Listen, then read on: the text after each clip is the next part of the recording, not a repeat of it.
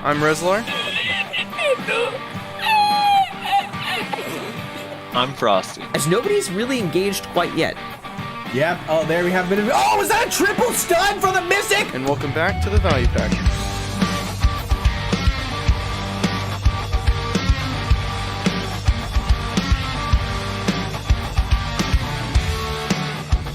And welcome back, everybody. We're back after a week-long break. IRL stuff comes up, shit happens, whatever. We gotta move into things because there's a lot of shit we want to talk about today, and we have a guest who has a limited amount of time, so I want to introduce JackieFelix. JackieFelix, thank you so much for coming on and hanging out with us today, man. Happy to be here.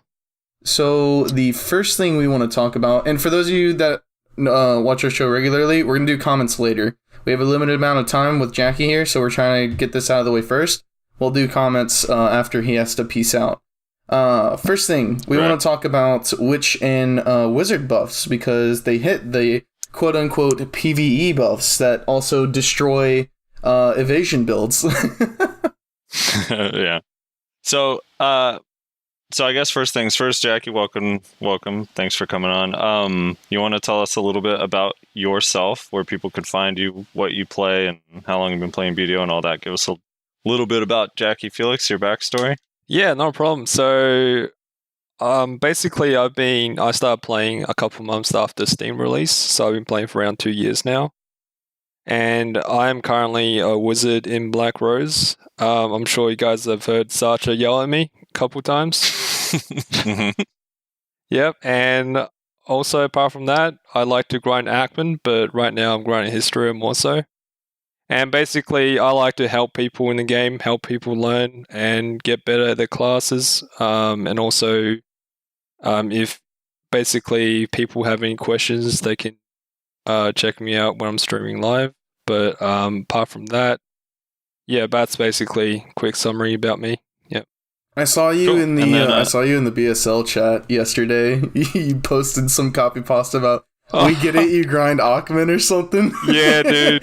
Oh, that we get it copy pasta, man. That copy pasta is legendary. I thank the guy who made that copy pasta, because when he originally made it, it wasn't a meme or intended to be a joke. It was actually intended to attack me. Yeah, like he was personally. ringing at you. Yeah, and that comment, I believe, last time I checked, had like 90 downloads on it. But it's just one of the best. It's a gift from the heavens, you know. Dude, that's got to be one of the best ones I've seen in a while. Honestly, that's probably the best copy pasta I've seen since the Joe never fails one. Yeah.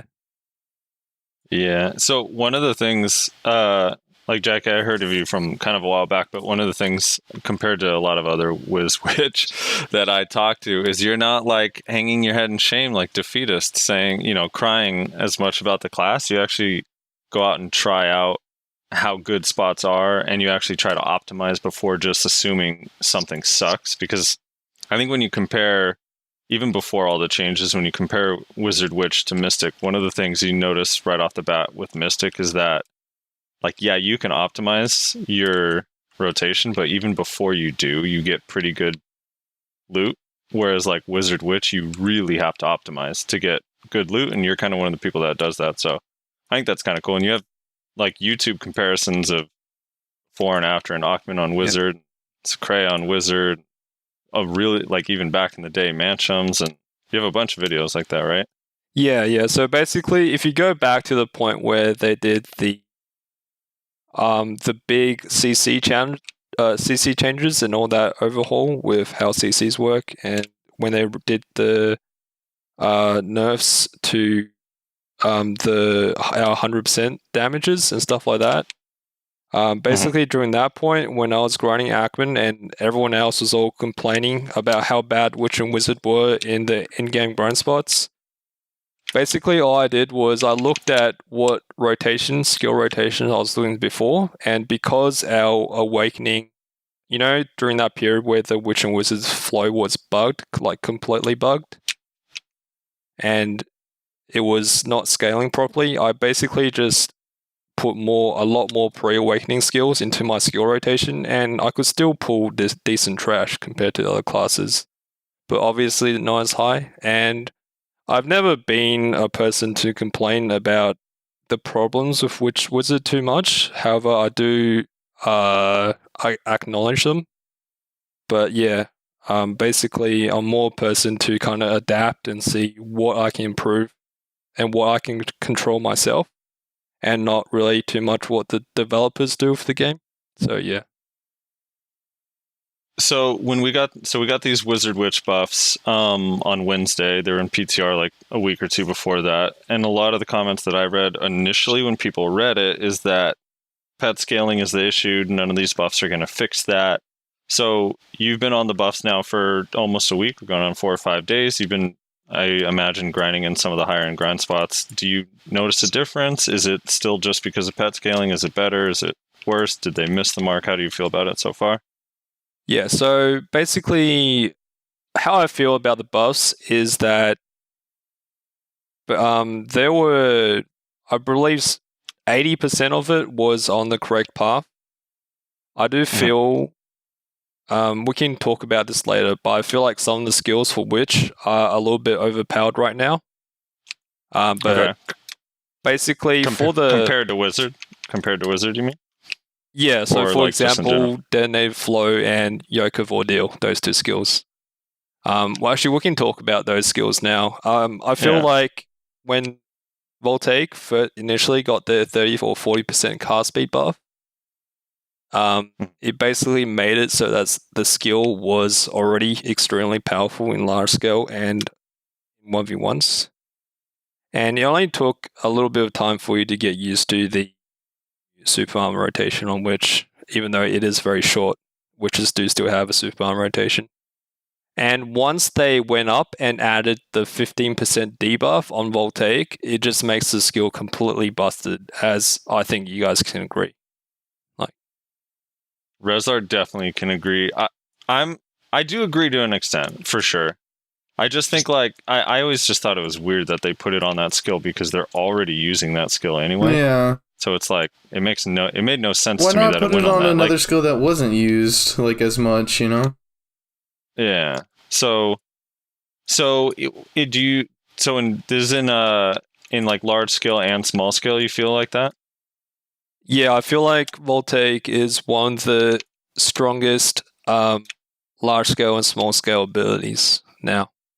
Right. Yeah, it is kind of funny too. Like even with the PvP damage buff, like the two skills every witch uses, like without fail that they love is Voltaic and Yoke of Ordeal. Yeah. And those two got buffed. It's like, wait a minute. Yeah.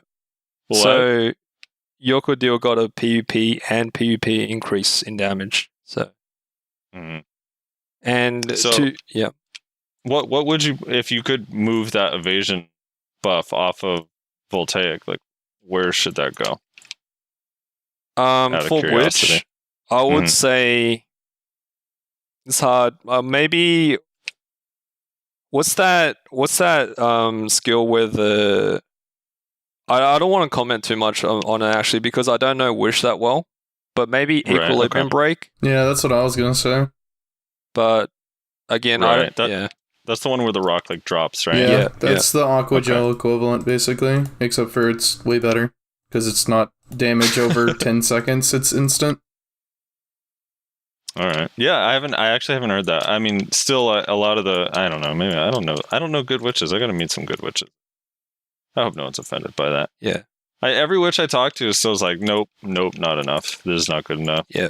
We still lose. I'm just like, okay. I don't want to be like complaining too much about the witches, and I think wizards in terms of PvE, I definitely think that wizards got the better end of the stick. Not the stick, the deal. Yeah. Okay.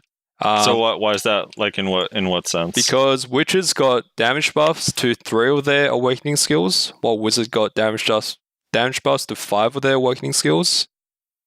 Wizard also got the 12 AP on Hellfire, and the thing with Hellfire is you don't even need to hit someone or a mob with it to get the get the buff. So you just cast it. How long does that last? 10 seconds? 10 seconds. Yeah, that's crazy. So it's basically up. So that and the all right. So if you're in a place like Histria, are you debuffing immediately with Aqua Gel and buffing with Hellfire and then like magical evasion? Yeah. To get the cast speed? initially what I'll do is when I'm pulling the mobs together, I'll group them up using Bolide and Cataclysm. And then once they're grouped up, I'll do the Aqua Jail to stiffen them, and then I'll go behind and do the Hellfire into my Unawakened combo. And so that way you get the evasion debuff on the mobs. That, by the way, people underestimate how big the evasion debuff is in endgame grind spots. I can tell you in grind spots like Hystria and Sicaria Ruins, like they help you tremendously, that evasion debuff. Yeah.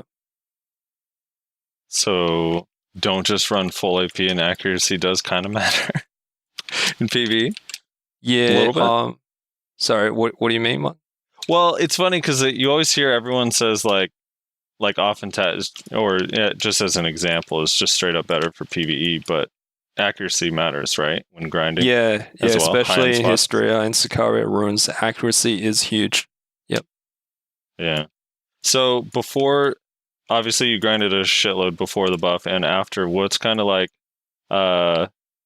let's just start with Hystria. What's kind of the difference in your trash per hour? What were you getting before the buffs? What do you get after? So before the buffs, on main rotation, I was getting around 2.9 to 3k with Loot Scroll. Now after the buffs, I did a 1 hour test doing the 5 Elton rotation. So if people don't know what 5 Elton is, that's basically main and side combined together. So essentially you're taking up 2 rotations. And I was able to hit around 3.6 to 3.7k trash now with Loot Scroll. So it's a pretty significant difference. Yeah. Yeah, that's freaking huge. So this week being your first, have you tried Sicaria Ruins after the buff or not? No, yet? I haven't. The problem with Sicaria Ruins isn't the AP, it's the DP. And because I only have most of my armors are all Tet with Caphras level 4, I'm still like 330 DP with Pencutum. But the only pen armor I have is my Pen Heave helmet, which I recently changed over from a Pentalis. So yeah. Well, it's easy. You just rerolled a Mystic and you'll be fine. Yeah. So yesterday was your first siege, and I don't know, you guys were in the castle, so maybe you didn't even get any engagements, but what are like some of the implications for the buffs in large scale, specifically on Wizard? Is it a noticeable difference? Does the evasion make a difference? Does the cast speed make a difference for survival, or like anything? Like what's kind of the changes for PvP? When you are fighting a guild like Snake, who has a lot of geared members with high evasion and high DR, the biggest difference is obviously the evasion debuff. Because let's say, like, what's the general 600 or 700 evasion? How much evasion do people usually have if they have like the full evasion set? It's like 600 to 700. Yeah, I think 650 all the way up to like 800. Yeah, so I always hear 600 is where evasion builds become useful, so right. So like losing around about 100 evasion at that point makes the difference between being able to tank 10 or 20 people and just flat out dying. So that's the biggest difference. And you can notice when, I'm not sure if you guys know, but Big and Shiny merked for Snake on the this weekend's Media Siege. And he has a mix between DI and evasion, but I believe he has around that level of evasion. And literally 10 players who have 280 plus AP could not kill Big and Shiny. Yeah. Oh my, standard. Yeah. So one of the skills that got changed was Chilling Wave, and Chilling Wave is like, when I actually first started playing the game, I was drawn to Wizard because I thought the water animations were kind of cool. A lot of games don't have good water animations, and then I used Wizard and grinded, and then once I learned how to actually play, I realized, Chilling Wave is really, really bad. So it got its cast speed increased, it got a damage buff in both PvE and PvP. Is it usable now? Does it make any difference at all? Do you utilize it, or is it not a big deal? Yep, so it's the Chilling Wave, the skill is interesting because, let's say the skill is a lot more viable in PvE but the fundamental problems with Chilling Wave still remain as a skill. And a lot of people don't know what the fundamental problems with Chilling Wave are. And one of them is that there's the gaps in the frontal guard. It's not like a straight line frontal guard like Goro. Basically, there's a lot of times where you can get CC'd out Chilling Wave. You can even just try this in history on your wizard or any grind spot with CC. If you try to use Chilling Wave, you might get CC'd out of it, I don't know, 2 or 3 times. 2 or 3 out of every 10 pulls or something like that in history. And the other problem with Chilling Wave is that the hitboxes, because there's only around 20 or 30% of the area of the skill where you can do maximized damage. And the problems with Chilling Wave, the fundamental problems are still that it has a unreliable frontal guard and it has an inconsistent hitbox, and those 2 issues are still there. So yes, it is viable in PvE, but for PvP, I wouldn't say so. So you weren't standing on the bridge in Medaya just holding Chilling Wave, stopping Snake from getting through? No, I wasn't. No. Nice. Rez, did you have any questions about WizWitch? You used to play Wizard, right? Yeah. So one of the things, and I wanted to ask you, I know you said you don't know, like, you don't want to talk too much about Witch, but one of the things that I think Frosty first brought up, maybe, I don't remember, a long time ago when we very first talked about Witch and Wizard, was that part of the reason Gore Roll was better than Chilling Wave was the fact that the flow for Gore Roll, Gore himself actually, he actually moves forward and that allows him to like get behind blocks and stuff. Do you think that may be part of why Gore Roll is so much better than Chilling Wave? Yeah, definitely. Because if you hit people in the right location with Gore Roll, you can also, I believe, you can get back attacks as well. And that's like a huge damage boost. Yeah. So again, I don't know too much about the skill, Gore Roll and Witch. I know a little bit, but yeah, that's my understanding. The fact the flow does make a big difference as well. So what if, like, obviously they would still need to fix the frontal guard and like the hitbox issue should be taken care of, but like, what if they did something to kind of equalize it out? Like maybe, I just thinking like maybe what if the flow for Chilling Wave, what if Arn, I believe is her name, right? Arn? Yeah. What if Arn was at the end of it like casting backwards? So if you're standing in it, you're actually getting hit from both sides. That would probably make the skill a lot better. Yeah, that would be one of the possible solutions. I think the easiest, if you can imagine it, Chilling Wave is like a triangle, right? And for the frontal guard, and Gore Roll is like a rectangle. Mm-hmm. So if they literally just made Chilling Wave like a rectangle skill where the waves flow forward, just similar to Gore Roll, right? I reckon that would be one of the easiest fixes for the skill. Yeah. But so if the hopefully attacks, that makes sense. if the attacks still went outwards, right? Wouldn't that still result in the same thing, where it still would get entirely blocked by a frontal guard compared to Gore Roll, which can get behind guards? Yeah, and definitely if the mechanics of Chilling Wave are going to be similar, can be similar to the flow of Gore Roll, the flows are similar, then that will also be a good fix as well, or good buff for skill. I agree with you, Rezlar. Yeah. I don't know. I'm just throwing shit out there, Do you think Witch should get a grab? No, I don't think Witch should get a grab. Nah. What about if you could, Jackie? If you could trade, hold on. I want to throw this at Jackie. Jackie, I don't know if you watch our podcast regularly or not, but I think it was the last episode I threw something out there. What if? Hear me out. What if Aquagel now had a vacuum? That I would actually really like it if Aquagel had a suck on the ability with 50% BSR. Oh yeah. Ooh. See that I like. I like that. Yeah, that's a good idea. That's a good idea, actually. Yep. The problem in actuality, though, is that because Rezlar's not playing Wizard, all it would do is make him slam his mouse on the desk. As I keep saying, all they need to do is make vacuums count towards the CC limit. and I'll be happy. not- I will we're have not no getting into complaints. this. We're not- I will have we're no not getting into complaints this. if it just counted Oh towards the my CC limit. If it actually CC'd you. So Jackie, Oh my so where would you let's see. I'm trying to think of how to phrase this. If Mystic at history is like absolute top tier, like S tier, and let's just say with your gear score. Obviously your gear score is higher than it. Maybe if you can think of it as like 269 with Nuver, which I think is what most people are that are grinding Histria.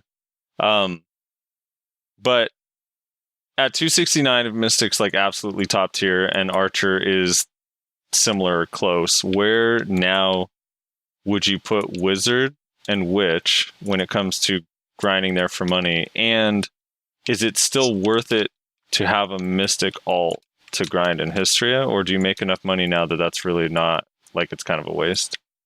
I would say in terms of the Mystic ult, if you're a Witch Wizard, don't bother making a Mystic ult. It's just flat out, I don't think it's worth it.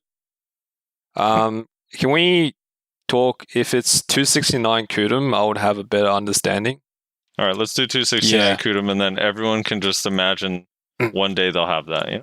So Yeah. yeah. Imagine. So for the highest gear AP brackets with Kudum, so in order to put Witch and Wizard on list, I feel like we need to discuss what the current top classes are, like the top 3 at least. Mhm. So obviously Mystic, and then what would be number 2? In my opinion, it probably would be, for just pure efficiency, probably Mystic, Archer, and Sork.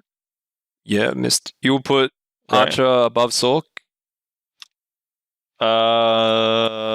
Yeah, I think so. Yeah, because Okay. they can get behind. Yeah. Yeah, yes, I would. I So- personally would. Yeah. So I can already hear the thing Piotr is- typing. I can already hear it. I'm sorry, Piotr. So the thing is, I wouldn't put Witch and Wizard in top 5. Maybe Wizard can sneak into that number 5 position, but I Mhm. still feel like classes like for Warrior and Valk and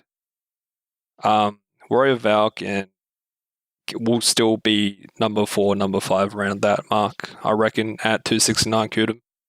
For Histria specifically. Yeah, for Histria. Isn't Zerker hella that's good just- at Histria? Yeah, also Zerk. I forgot about Zerk. I always forget about classes. Yeah. So there's actually like a lot more parity than people kind of realize Yeah. at this point, right?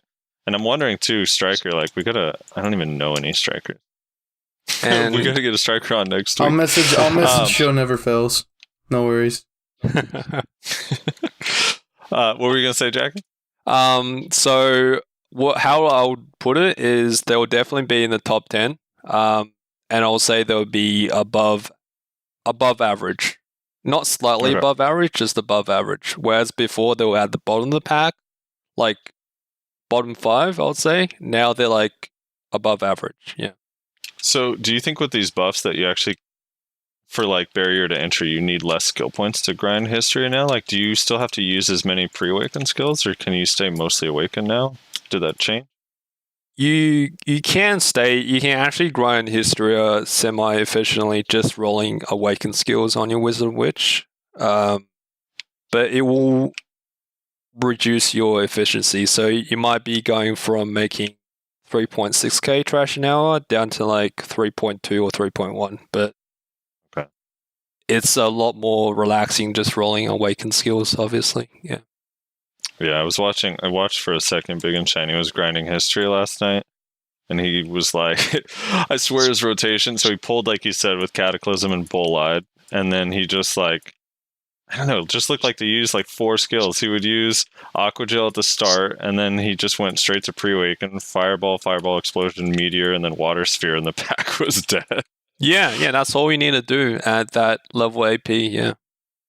Yeah.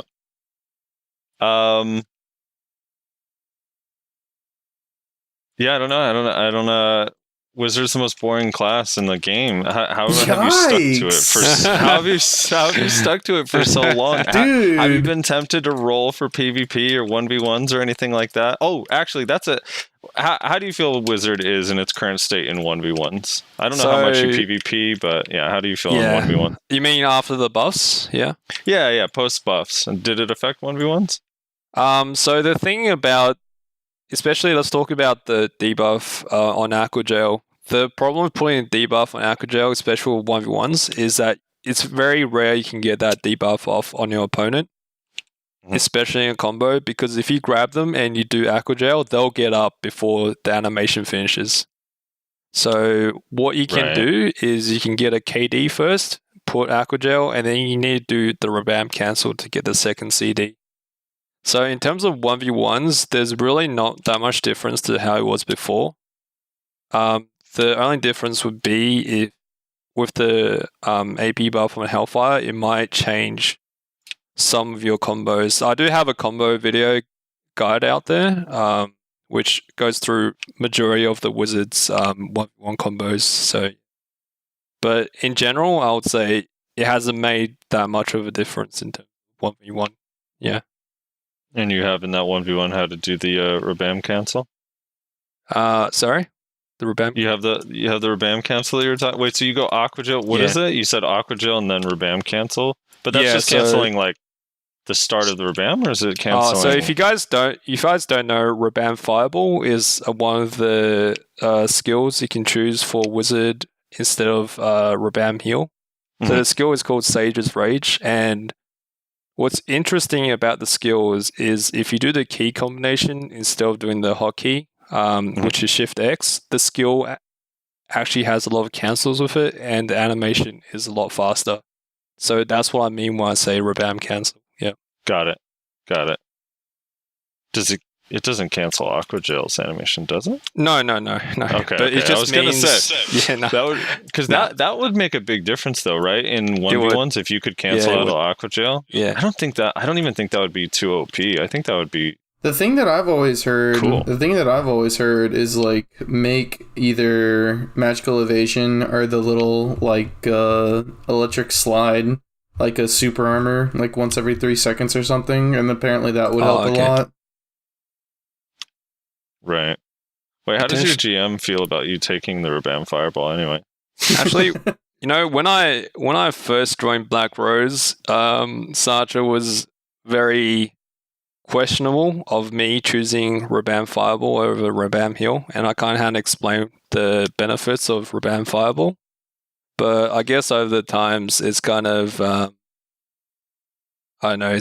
He's asked less questions to me about it, especially with my performance in Siege and Node Wars. So yeah, but it's definitely. I wouldn't recommend people to pick up Rebam Fireball for Siege and Node Wars, especially at the lower AP points. It's just better to be less selfish and heal your teammates. Yeah.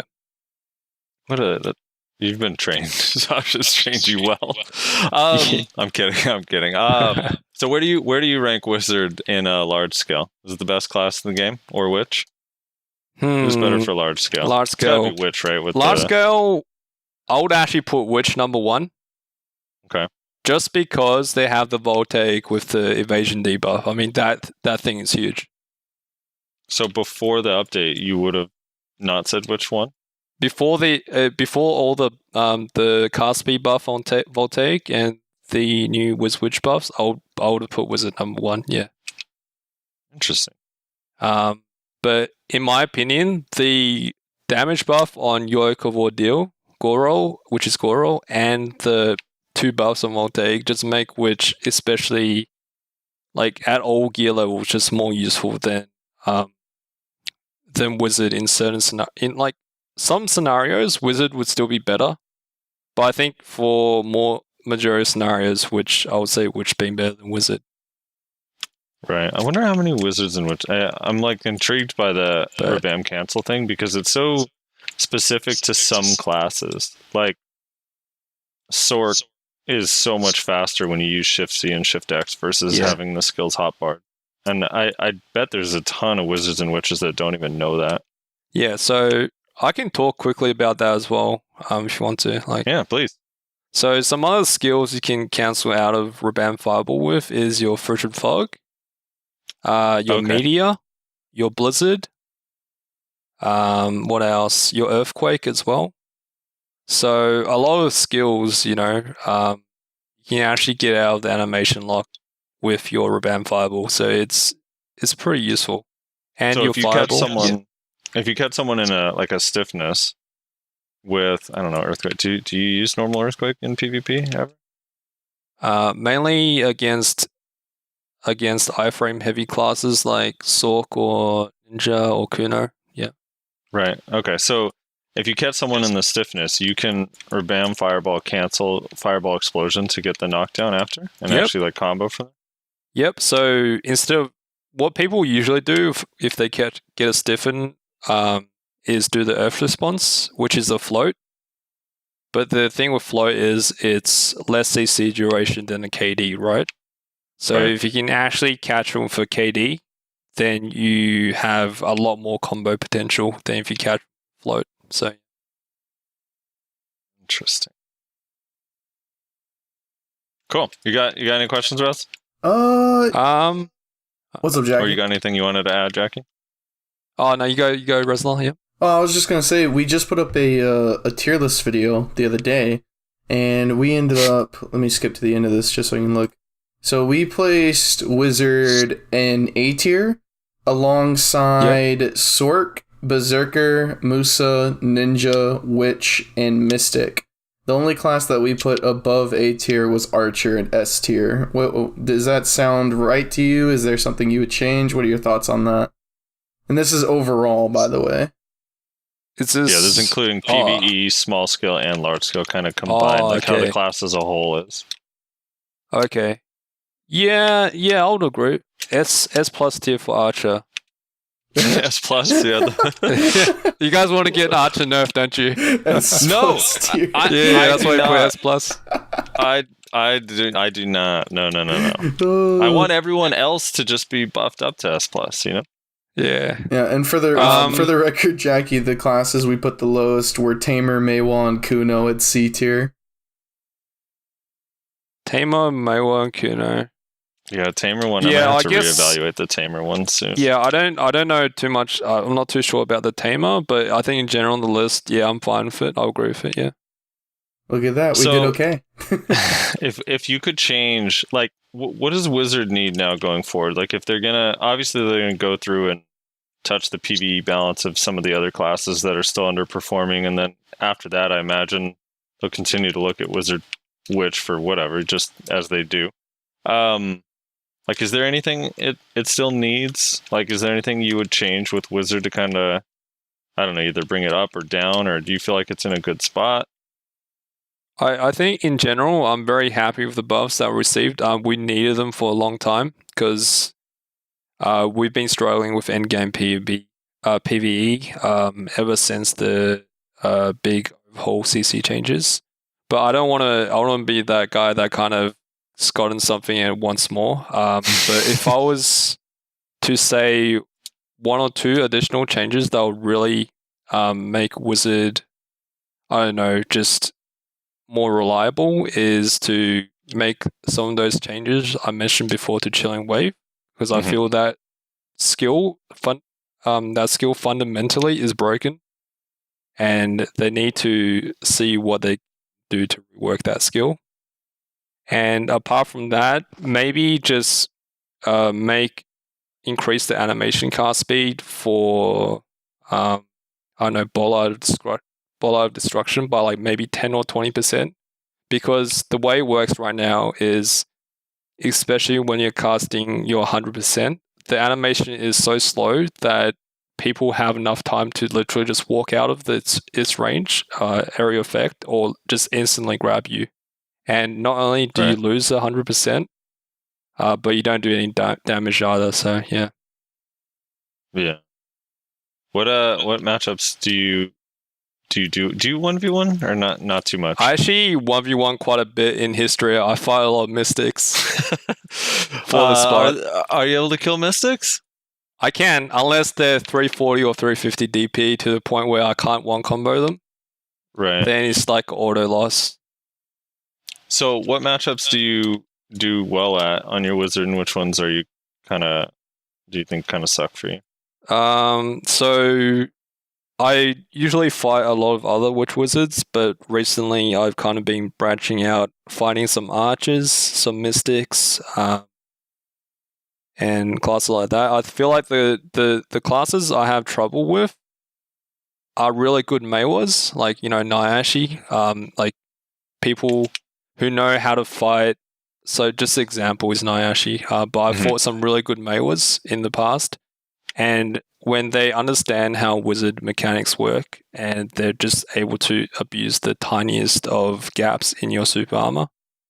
And apart from Meiwas, I would say really good Sorks and ninjas as well would be pretty difficult matchup. So those would be my 3 classes that I have a lot of trouble against. I'm insulted.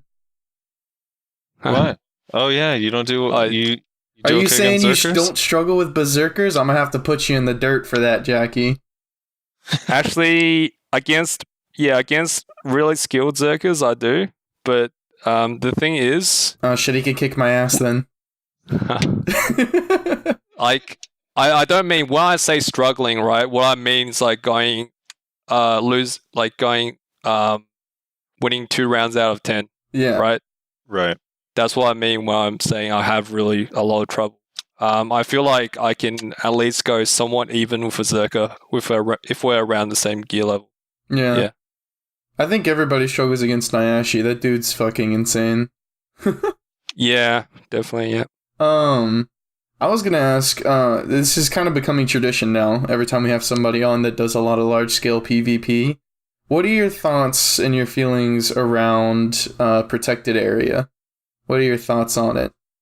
Would you change it if you could? Honestly, a lot of people complain about PA. Honestly, if people feel the need to remove that skill from the game, I have Witcher Wizards the last classes to complain about it. The thing about it is it'll affect everyone else more so than us, and I feel like the protected area, the playstyle of PA pushes makes the Siege and Node War scene a little bit more stale and linear. But I think people have just gotten so used to it that if you just immediately go around changing that skill, you have a pretty big impact on the scene. Yeah. So it's a difficult topic, but hopefully, we can find a solution if people see it as a problem. Yeah, so let me throw a couple of suggestions that we've had on the show, like kind of tossed around before. And Frosty, you can toss any out that you liked that I didn't state. I think one of the cooler ones was the idea that protected area, instead of being a buff that just goes on your bar and then you do whatever with it for the 7 seconds, what if it actually was a protected area, like the little bubble that the animation is? You have to stand in that to have the buff instead of, doing whatever, getting it and then running off and doing whatever you're doing. You actually have to stand in that area to get the buff. You see what I'm saying? Yeah, I see. Actually, have you seen Shai? He has a skill similar to that. Yeah, it like blocks projectiles or something.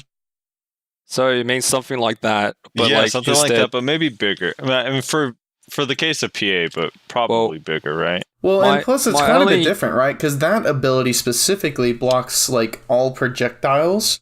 And this would be like you still take damage, but it just does no damage. I'm also assuming that circle, if you get inside of it, you'll be able to do damage just fine. But maybe that's... You can't... It blocks projectiles going in and out. I know, but what I'm saying is like if a Zerker runs in there and just like grabs somebody and then just does damage like inside of the circle, right? Yeah, so that one I'd have to test because there's a streamer that was testing it and he was saying that only the Shai like takes damage and everyone else is like invulnerable or something like that. And the Shai is channeling it. Yeah, I don't know that. I'd have to go test it myself. And the thing is, all the skills are like, it's not translated yet. So it's hard to tell what exactly it does on PTR. So I don't know. I have to look into it. But that's what I heard most recently and could be wrong. But yeah, that sounds insane to me. So I hope it's wrong. Yeah, I guess you could run in and grab the Shai. Yeah, I don't know. But yeah, that was one of the ideas that we had a while back. I think Frosty said it. My only concern with that is it might potentially encourage more defensive playstyle with the shot callers, which is a little bit, resident sleeper, because you want people to be aggressive and pushing and starting the fights, right? Yeah. Right. So that would be my only real concern with it. But yeah, it's a good suggestion. Yeah. Another one. It feels like. Sorry, Frosty. I was going to say it feels like they're beta testing ideas on it in T1 nodes, right? Like how they're in a weird way, because they have like the caps, so obviously like the people are just weaker in general there, but doesn't PA only give like 100 DP and 500 or DR and 500 or whatever, like different tiers depending on the difficulty of node out there? Well, so how PA functions in tier 1 node wars right now, you mean? Yeah. Well, basically if you have the cap, you don't get anything from PA. Yeah. See, that's interesting. It just doesn't work. Because it gives you DP. It gives you 999 DP, but there's a maximum on DP. So it just doesn't do anything in tier 1 node wars. Yeah. Right. On easy, right? I think it does. Doesn't it on hard? any of them. Even on hards, really? maximum DP is only like 320 or something. So I mean, if you're not 320, it'll bump you up to 320, but that's it. That's cool. Another idea I think I threw out last time we talked about PA was Sphero, was make it to where it gives more to people with less DP and less to people with more DP, and just bring it down overall so it's not 999. It kind of brings everybody up to maybe around like 400, 450 or something. Yeah, that does sound interesting and a good suggestion. It's just the thing with Pearl Abyss is the more complicated you make a suggestion, the more likely they'll screw something up. So yeah, or just not do it. That's always like right when I hear that one too, because in theory it's like, oh, it'd be interesting to test, and then I think like, there's no way they're gonna do something that complicated. And then the last one that I really liked, I also suggested last time. I still think it's a good idea, but it'll never fucking happen. But what if instead of increasing your defenses, it was an offensive skill that reduced the enemy's offensive capabilities, like their AP? So like like a 50 AP reduction, right, on the enemies instead of being a 999 DP increase on your end. Like you cast it on. It casts in the area effect when you teleport in. Right, exactly. And it debuffs you. everybody around you for a good chunk of their AP. That would be interesting, but you will just need to... Yeah, that would be an interesting idea. Yeah, it would be completely different from what PA is now, but... yeah, I can't see why that can't be a possible suggestion. But if you think about it, it would still function kind of similarly, right? It would still drag out fights, but just not to the extent where it's like people are unkillable while they're PA'd, right? I mean, theoretically.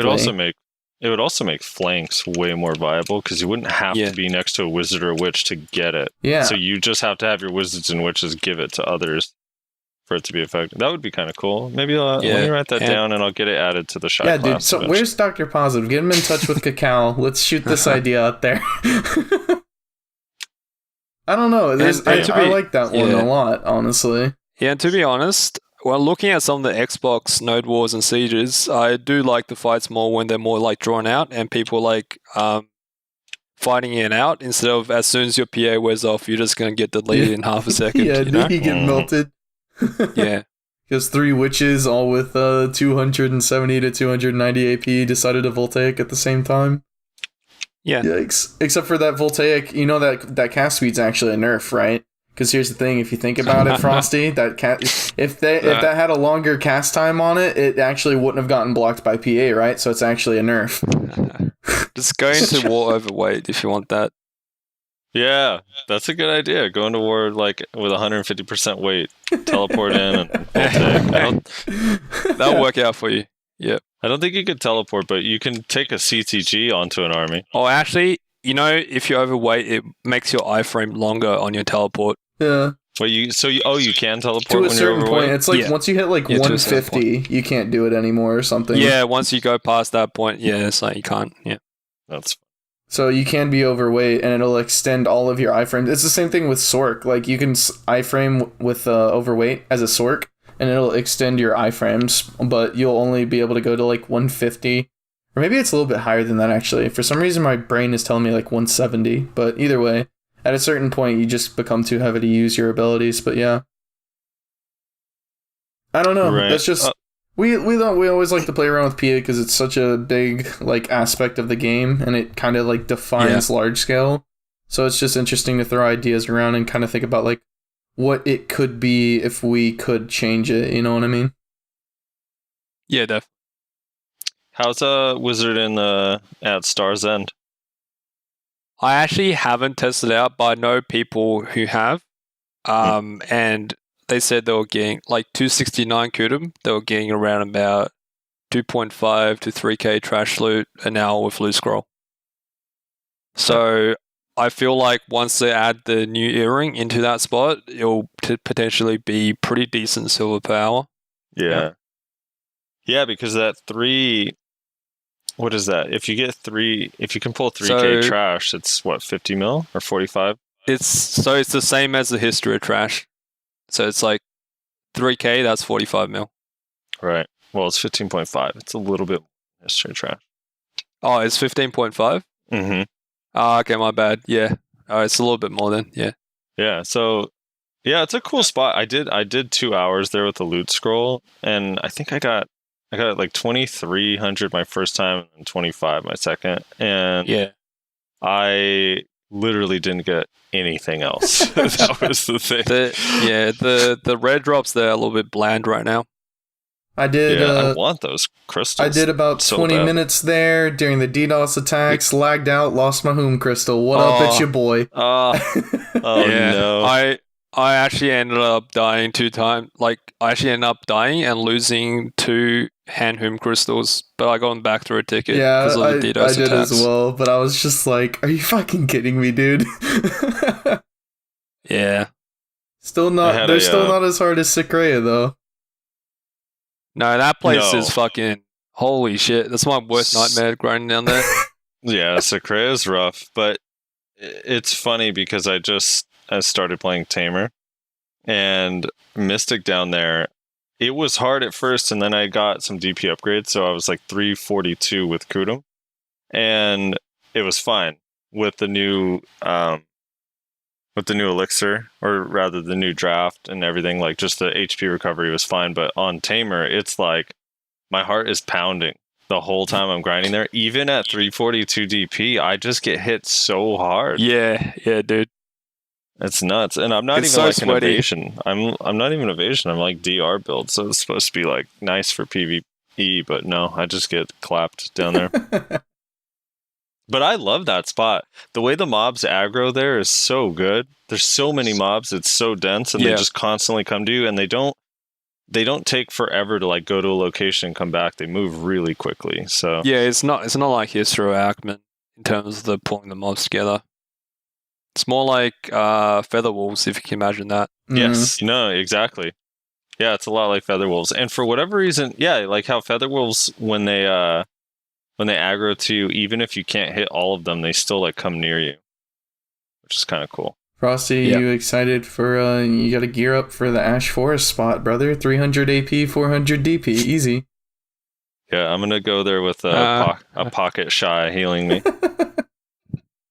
That's a party grind spot, right? They did not state either way. Well, they said it. They did mention it, kind of, but they were like not specific about it. It was weird. They said that it's a place they want you to go with a friend to explore because the mobs are so hard. It wasn't like specific. So no, they were vague. Yeah. I'm gonna go duo grind it with Rezlar. Rezlar, can you tank for me? Yeah, dude. I'll tank with my 301. What up? Dude, yeah, that's scary. Man, there is so much new stuff coming out. So, Jack, do you do life skilling at all, or are you just grind / PvP? The only life skilling I do is fishing and farming. Because I work a full-time job, I work like 5 days a week, 50 hours, like 50, 60 hours, you know? My active time is just literally grinding Hysteria or doing some PvP right now, so. Right. Fishing is not a life skill. You need to stop. Yeah. That is literally like you come back and you've made 3 million silver. Now, where do you fish? Yeah, it's like Do you have a nothing. good spot? Or no? Sorry? Do you have a good spot? Where do you go? For fishing? Yeah. What's that? Tooth Fairy, yeah. Oh, Tooth Fairy. And fishing, does Manos affect fishing at all? Fishing needs a buff. You get like nothing fishing. So, Manos Life Skills? Yeah, When that comes out, yeah, there'll be fishing for that, yeah. that'll be fun. That'll be fun. Hopefully, yeah, it doesn't fill your inventory up faster, because, yeah. Just catch rarer fish. Right. All right. I think we're done with the Witch Wizard stuff, right? And we're done Do we with have Witch anything Wizard else? stuff. Unless you got anything to add, Jackie? Yeah, I Wanna add think before you head that's out? about it. Shit, we've been talking for like almost 50 minutes now. Wow. Yeah. Yeah, it's been All right. 50-ish, yeah. Yeah, so yeah, I'm gonna say my farewell here, and I hope you guys like learned something useful in the podcast. For sure, man. Tell as always, the audience where to find you, man. Plug your shit. I stream on Twitch, JackieFelix, and also have a YouTube as well. But yeah, that's where you can find me. And thank you so much, Rezlar and Frosty, for having me on the podcast. And I'll definitely check it out after it's live. Yeah, For sure. For sure. One last farewell question: is Black Rose officially stronger than Snake now? Oof. I don't. I think Snake is still stronger open field. You're getting kicked. But- No, you're getting moved to Apprentice. Dude, you better watch No out. one tell Sasha. Okay, no someone one tell told me Sasha. someone told me a while back that Sasha watches these. You better watch out, brother. Dude, I'm sure I'll get some DMs, man. All right, Jackie, thanks for hanging out with us, man.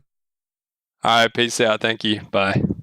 Alrighty, so as we said, we're gonna do the comments now. He had to go do some stuff. He couldn't stay for the whole thing, unfortunately.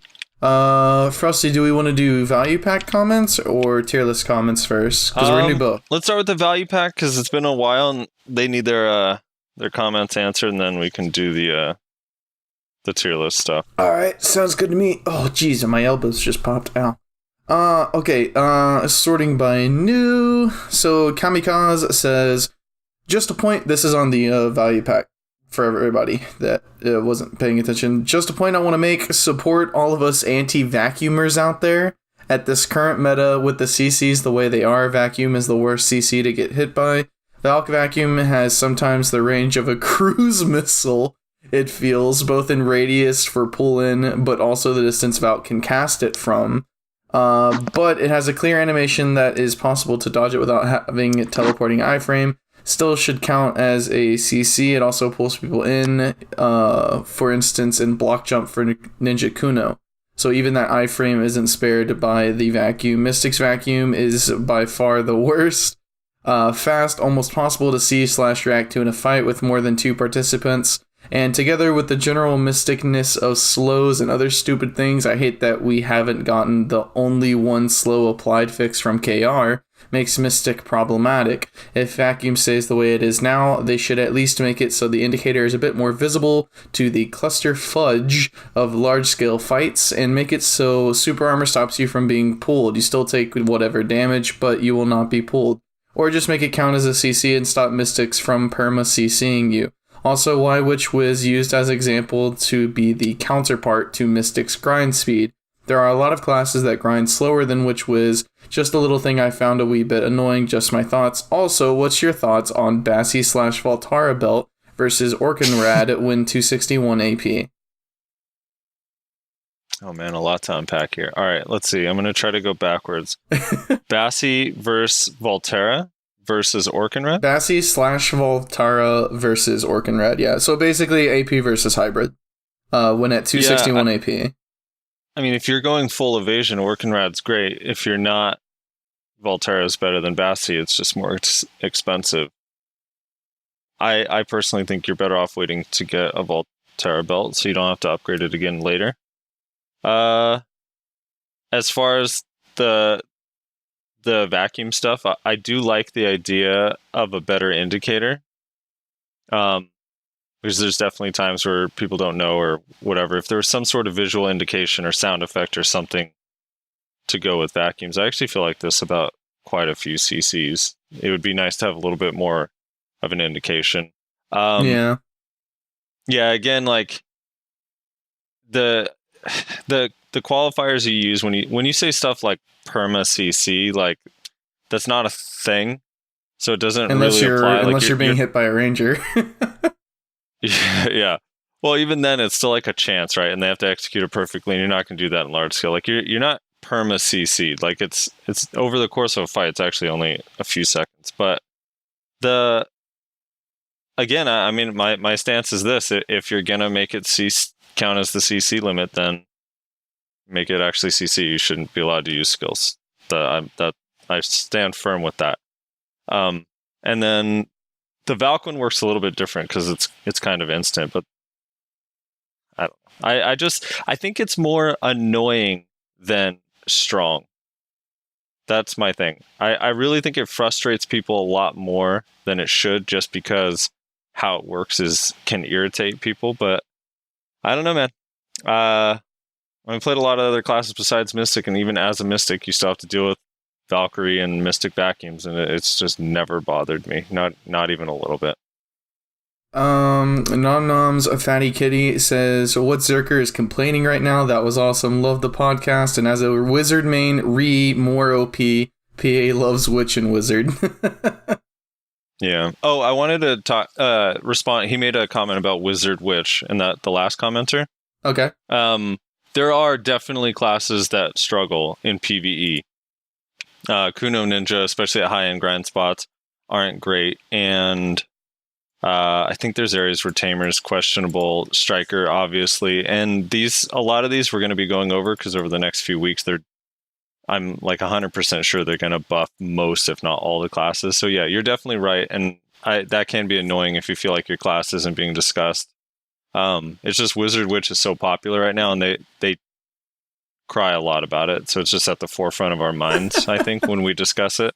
But you're right, there are definitely other classes that struggle in high-end spots. So Jeff M says, holy crap, please give my Tamer a PvE buff. I don't think people know how small our attack range is, and it can be a bitch in PvE at times. I agree with both on the PvE topic. I think all should be viable, but I think some should be better than others. Maybe not 25%. Everyone should be like Tamer. Yeah, I'm down with the AoE increase on Tamer skills, like a little bit, even if it's just for AoE, like so it matches something like a Meiwa. I think there's a point where maybe the CCs might be too OP if the range is too far, but a little bit of a range increase outward would be kind of nice for grinding specifically. I don't know if there's a way to do it, but yeah. And just maybe if the damage applied at further range, but not the CC, but then it'd make Tamer even harder class to learn. I don't know. And just reduce the AoE size of the Tamer ult for everybody in large scale. Thanks. Or buff it. Kamikaze also says, I just want to know your thoughts on how Striker PvE is at the moment. How do they perform on the new higher in-game spots? Not well. Not well. Not well. Yeah, they're hanging out down there with the Kunos in the battle arena. Their damage, the issue with Striker is their damage is all front loaded, right? It's all burst, and they have pretty decently sized cooldowns. So once their burst is on cooldown, they kind of just do nothing. Or they don't do nothing, right. But the abilities that they have to fill in the gaps with do significantly less damage than other classes. As a Berserker, part of the reason Berserker's so good in PvE is because we have so many abilities that are good in PvE. Yeah, our cooldowns are a little long, but we always have something else that we can rotate to, and Striker just kind of doesn't have that. It's kind of the same thing with Mystic. The filler skill... Well, the reason why Mystic is so good is because the filler skills do damage. Right. When I transfer from one side of a pack to the other with Spiral Torpedo, it does a ton of damage. When I switch from Awakening to Pre-Awakening to use Elbow's Edge, Thunder Pound, Roaring Tiger, it all does a ton of damage. And Striker's going to get that, actually, this patch. There's been some tests on the PTR. Korea got the update this past week. 2 weeks ago, I was on Global Lab, but Striker is definitely going to get a lot better at the high-end spots. They have a lot of damage buffs. It's very similar to the Wiz Witch, where they actually change quite a few things, and I think in PvE it'll make a pretty significant difference. Akim07 says, I'm not sure why witches need a minus 15% magic evasion debuff on their at least plus 20% accuracy skills. I would have loved if PA had the idea to put a minus 15% melee evasion debuff on those skills, because that way the Witchards would not buff other Witchards in a fight. But a lot of other classes in the ideal siege class composition would not be 100 Witchards buffing each other with PA, heals, and magic evasion debuffs now as well. I still find the word Witchards funny. Witchards. Yeah. Well, you'll be happy to know it's not a magical evasion debuff. It's an all evasion debuff. Yeah. So, yeah, I mean, it's weird on Voltaic. I do like the idea of, like, if it was melee skill, a melee evasion debuff, that would be kind of interesting, because then it would be like the witch and or wizard or whatever is helping. I don't know. The melee classes. Yeah, that's his point. Yeah. That's why he said, like, I think he knows that it's an all evasion, but his point is, like, they don't need a magic evasion debuff, because witches and wizards are already so strong in large scale. Like, right. The idea would be to make it a melee only, so that it helps out the melee classes. Yeah, and that idea is cool. I think just the issue is then it wouldn't really affect them in PvE, which, like, was the main reason for the change. Yeah, which is one of the big reasons they got the change. Yeah. Piotr, were you gonna say something? No, I was gonna say I guess they could add, the parentheses that say PvE only, but I don't hate the evasion debuff as a whole for PvP either. I just don't like it on that specific skill, on that specific class. That's all. Piotr says, okay, this episode, Frosty smells bad from that long 7 tonguey grind. Yikes. That's true, I smell like fish. He says, I usually say this with the Striker versus Mystic versus Archer debate. If you get to an Archer, they die fast, nowhere near as oppressive as the Gauntlets versus Mages before their nerfs. You could get a full combo on a Gauntlet as a Mage, and they would pot through it. I forgot that in my comment in the last video. Make it so that you can cancel Aqua Gel with Teleport or Magic Evasion. That's the only buff they need to give it in my eyes. Maybe faster cast. There's a reason it's called the Toilet Bowl. Suck is a terrible idea though, bad for the game, remove all sucks. Also, why can't you iframe out of a suck? I know you can iframe before the suck, but you can't get out of it once you're in it with an iframe. That's shit. Also, mages will always complain, it's their thing. Next is 1v1s until they are great at everything. Look at the comment thread with Small Dick Stole Your Girl. I feel like 1v1 Witch and Wizard is bottom of the barrel is a silly statement. The people that are best at the class should be proof of how the class is, not the general quote-unquote average player. The average player isn't that great. People like Poho, Zilm, and Victor should be the distinction, not the baddies. Just my opinion, though. Hashtag Dildo Dragon for best mystic in a Frosty, please. Yikes. I just have to say, like, I don't want to get into it because Piotr and I go back and forth, and we had a big old long debate about Archer the other day in text, but I'm just gonna say I think, like, you know how you always say I'm traumatized by Briz Yeti's Zerker? I think Piotr. I think Piotr, if he was a mage before, maybe he was traumatized, right? I think he played Striker before. I don't know. Sure, with the qualification that mage did that, like mage against Striker Mystic, it was a nightmare, right? In the olden days, and that was definitely extremely oppressive. But I still think Archer is just as oppressive. And for classes like, so you had the, if they caught you, you couldn't one combo them down, right? But they could catch you. And for a lot of people, getting to an Archer is way more of a nightmare than the fact that when you keep CCing Strikers and Mystics, they don't die in just one combo. It takes two. You know what I mean? I don't know. Piotr also commented, also last thing, and Rez is going to hate me for this, he described Archer the way I describe Zerker. Archer is better at PvE and Zerker is better at 1v1s, but all points stand very similar. This question is for Frosty. What area does Zerker suck at? Damn, it feels good to be an Archer today. I mean, I don't think it actually sucks at anything. No, it doesn't. But it's not S at anything either. Yeah, no, it isn't. And that's it, basically, right? So, Archer is better at PvE, Zerker is better at 1v1s. That's something I can agree with, except you also forgot to mention that Archer is better at large scale, even if only slightly. And the fact that PvE and large scale are weighted way more heavily than 1v1s in terms of, like, general, like, what you would consider whenever you're determining the strength of a class. 1v1s just aren't as important as large scale and PvE. So yeah, Zerker doesn't suck at anything, but Archer does all of the more important things better than Zerker. So that's why it's higher in like there was a tier list. One of our mutual friends, Cindy, had a suggestion about, God, what was it? I think it was like moving. I don't remember. It was like a really subtle change that I thought was kind of cool, and I think Piotr didn't completely hate the idea either. Because I don't want a major nerf to the archers still. Like maybe if in 4 months from now, if everyone still feels the same way about archers, then obviously like something's got to give. But you know, I'm patient. I think it's okay for now. Zex0 says, so instead of grinding for 20 minutes in Secrea and putting it on a loop to at least give context as to what Frosty was talking about, you instead choose to play your silver League of Legends game in the BDO podcast. Please stop doing this. The sooner you get over this meme, the better it will be for all of us, Rezlar.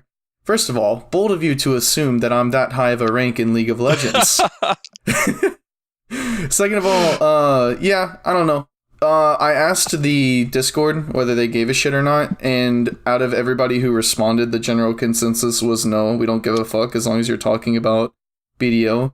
I do see in that particular instance, though, like if we're talking about a specific like aspect of the game that visual aids would be very like helpful to understand like what we're talking about, I do agree with you.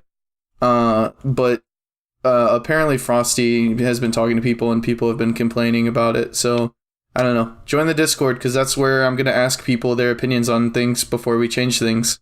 That's pretty much all I got to say about that. Yeah, we'll do more BDO stuff. Yeah, we are. But join the Discord. Nom Nom's Freddy Kitty says, hey, quick, how much does level matter after 61 for PvP, or is it all gear at that point? How much? What?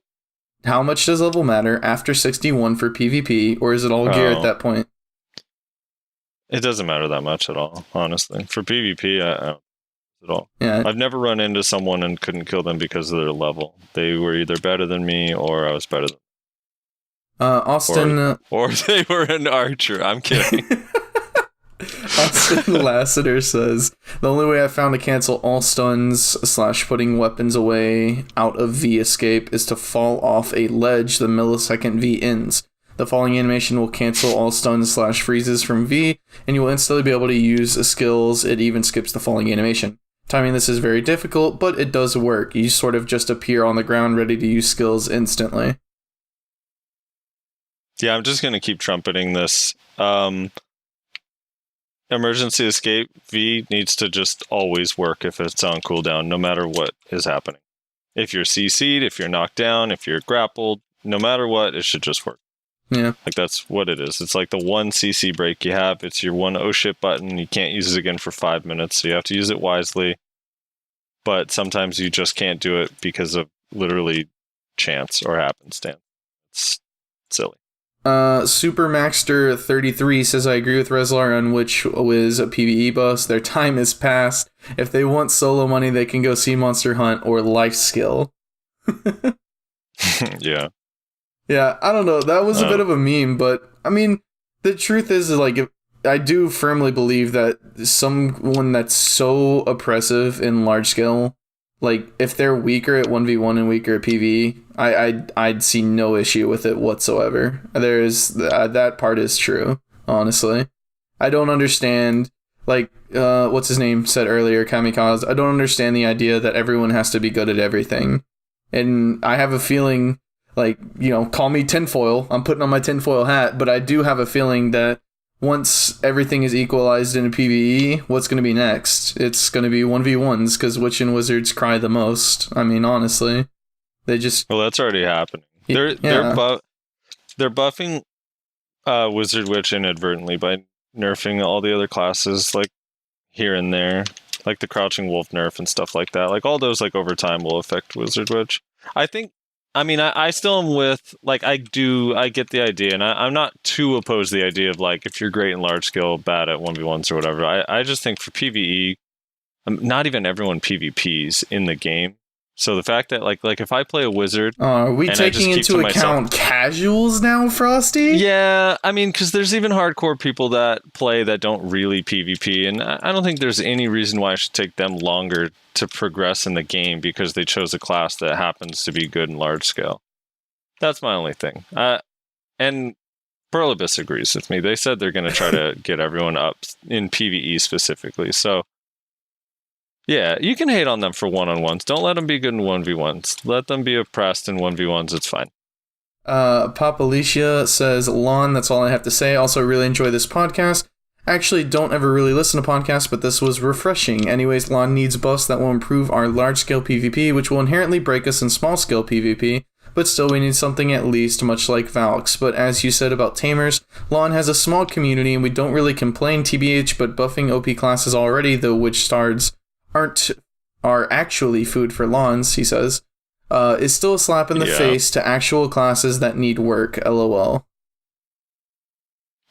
I'm like, I'm the land stumps me. Landlon, I'm gonna always say land. I apologize to everyone who hates it. It stumps me more than any other class. I cannot think of how, because it's so good at the other stuff, I can't think of how you would buff it in large scale. I'm not, like, I want to. I'm totally for it. I just don't know what it would be. I don't know.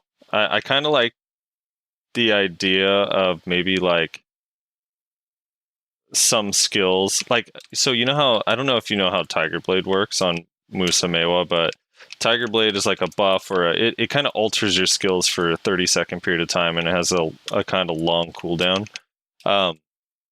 But it makes it so you can only use a limited set of skills. So I was thinking, what if there was something like that on the land where if you pop it, it lasts for 20 seconds. Maybe it's a 60-second cooldown, but if you pop it, it lasts for 20 seconds. And during that 20 seconds, the land can't, outside of grapple, you can't CC anybody, but you have super armor and a little bit of damage reduction when you use those skills.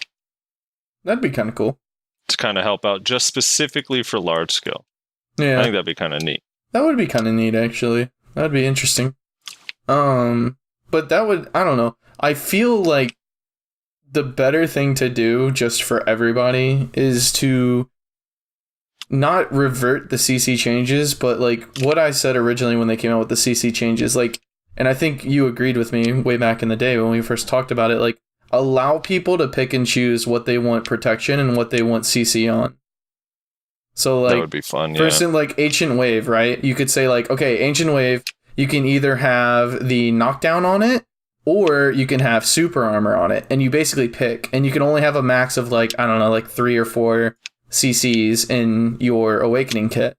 So that way, like, not only does it allow people to build their characters, like, certain ways that they enjoy around the abilities that they enjoy, it'll also make everybody collectively a lot better, because you won't have wizards taking, like, fucking super armor on goddamn Toilet Bowl.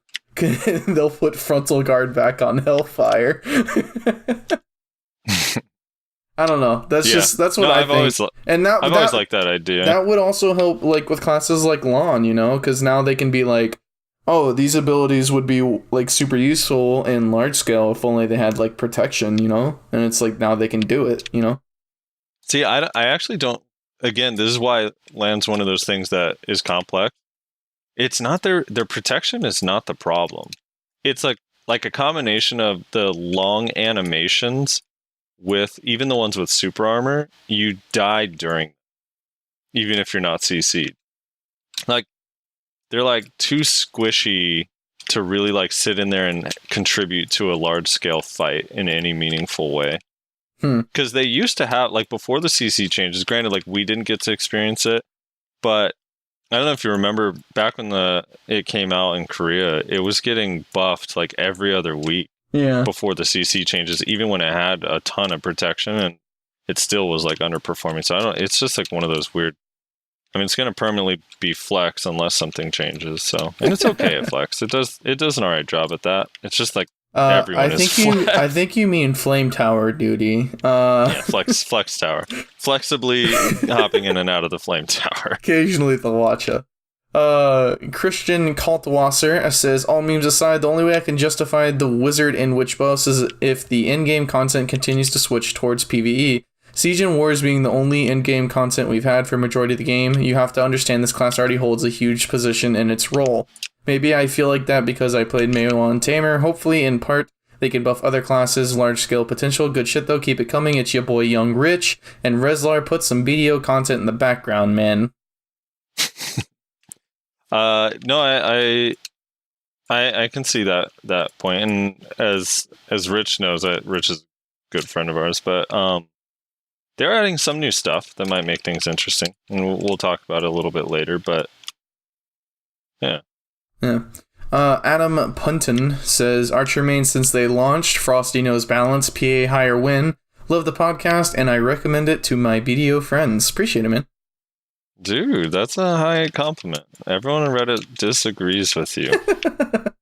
Nyashi says, can we get an F in the chat for evasion builds? LOL, I agree with Rezlar. Maywall has 2 PvE sucks. They should work in PvP and also turn people around for back attacks, XD. The knock on the door, lol. Rezlar getting swatted right after talk about Tamer. FBI open up. And I'm gonna have to disagree with Frosty. PvE is PvP too. You're competing to get more gear, skill points for skill ranks, and levels than your opponent. Remember when 61, 62, and 63 was when you got all your max ranks and not 60? That's a feature to demonstrate class strength. Being able to outlevel your opponent and get higher rank skills gives you another advantage over another. Grinding faster means more silver per hour, which translates to strength. Yes, you could say, well, if everyone is already at max level and skill ranks, then it doesn't matter anymore, but that's not what an MMO is all about. Although they nerfed this aspect to shit when they shrank EXP requirements, and all max ranks are at 60 now. So it might be a pointless argument for this state of the game, it's just a concept in general, you know. I agree, actually, with the entire second half of that. I just don't agree with the... Like, if... Alright, so let's say everyone is equal in PvE as far as like how efficient they are when you actually learn your class, learn the skill rotations and whatever. Then wouldn't the strength and you showing off your strength and how much better you are be shown by, oh, hey, I grinded harder and grinded longer and just worked on my character for a longer time? Not necessarily like, oh, the game decided I'm just going to be slower before I started. Be a nice show of strength still, I think, maybe. Also, yeah, don't... Rezlar talking about Tamer is definitely a red flag. Wait, here, hold up. We got a whole topic about a lolly later on, so I hope it's not that big of an issue. Rhino? Still don't know how to say that.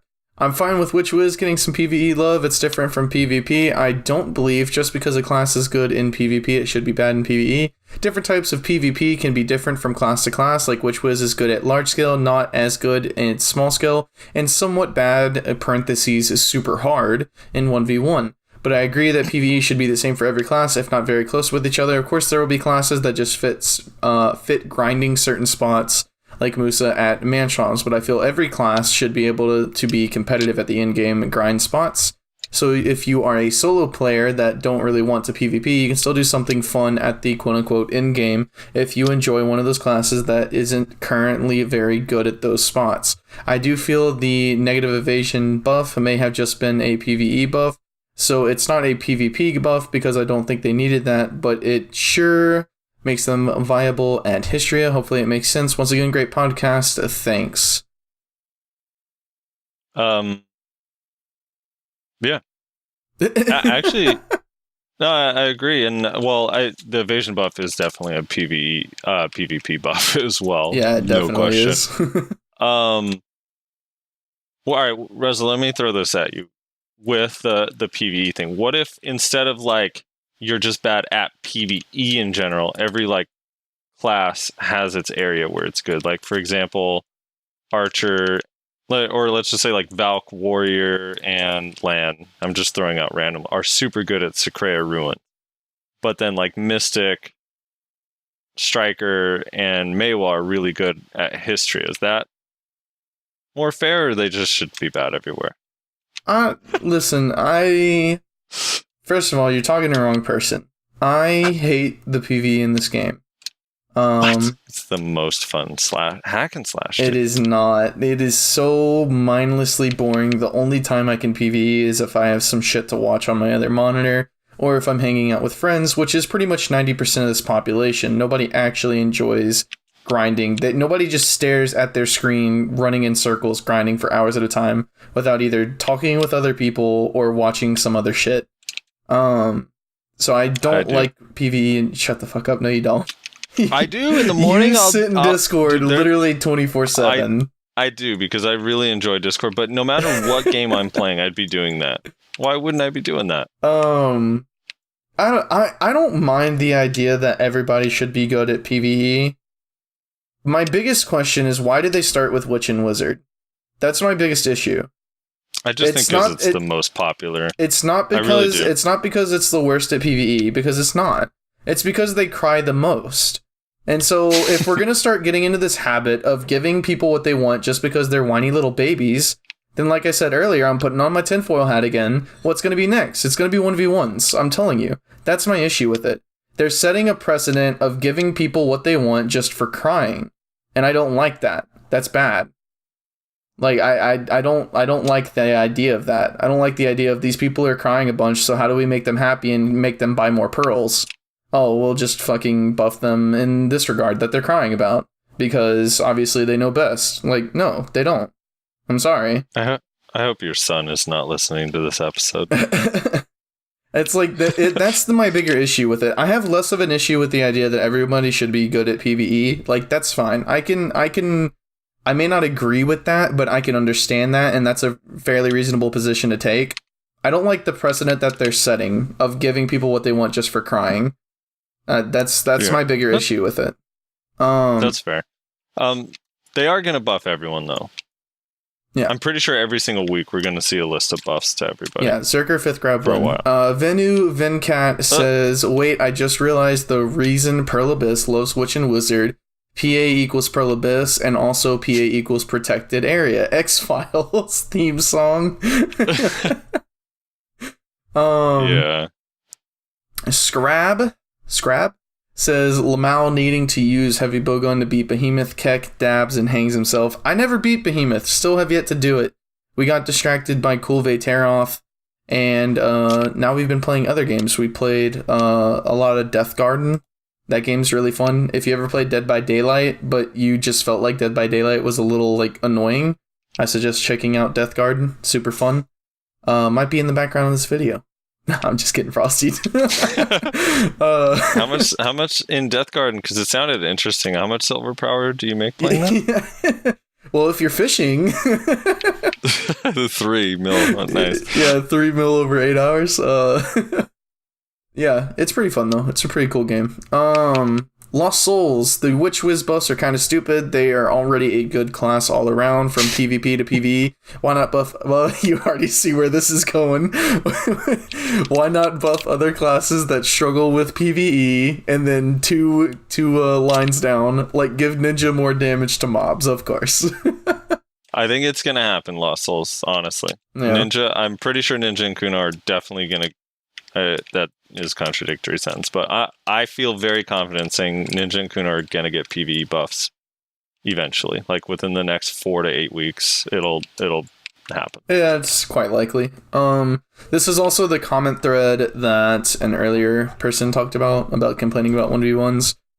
Small Dick Stole Your Girl said they do struggle with PvE. Their endgame grind is pretty bad. I agree. Other classes like Striker need better PvE as well.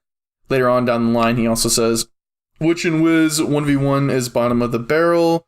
Someone else says there are a number of people in A that would prove you wrong. He says that's just a stupid thing to say because you can find a good Witch Wizard, I can find a good Warrior, Tamer, Ninja, Sork, etc., that will still beat them. And that's kind of I don't mean to pick on small dick stole your girl, but that kind of showcases exactly what I'm talking about. Why are you even crying that 1v1 Witch and Wizard is bad? It should be. There is literally nobody. There is not another class, not even Archer, that is nearly as strong as you in large scale.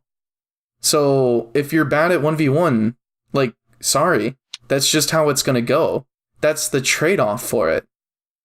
And like, if we want to talk about other classes like Berserker and Archer that are like pretty good at all aspects of PvP, that's fine. Like, maybe they should be nerfed in certain areas. I've said forever that you can nerf Berserker's large scale potential and I'd be fine with it, because I don't believe that every class should be good at everything. But remove 4 grabs win. Remove 4 grabs win.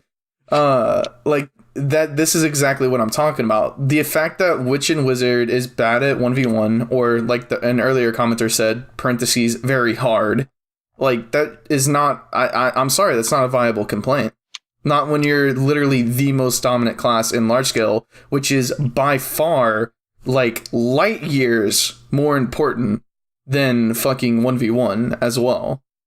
I just don't know. I just don't care. I'm sorry. I just don't. Yeah.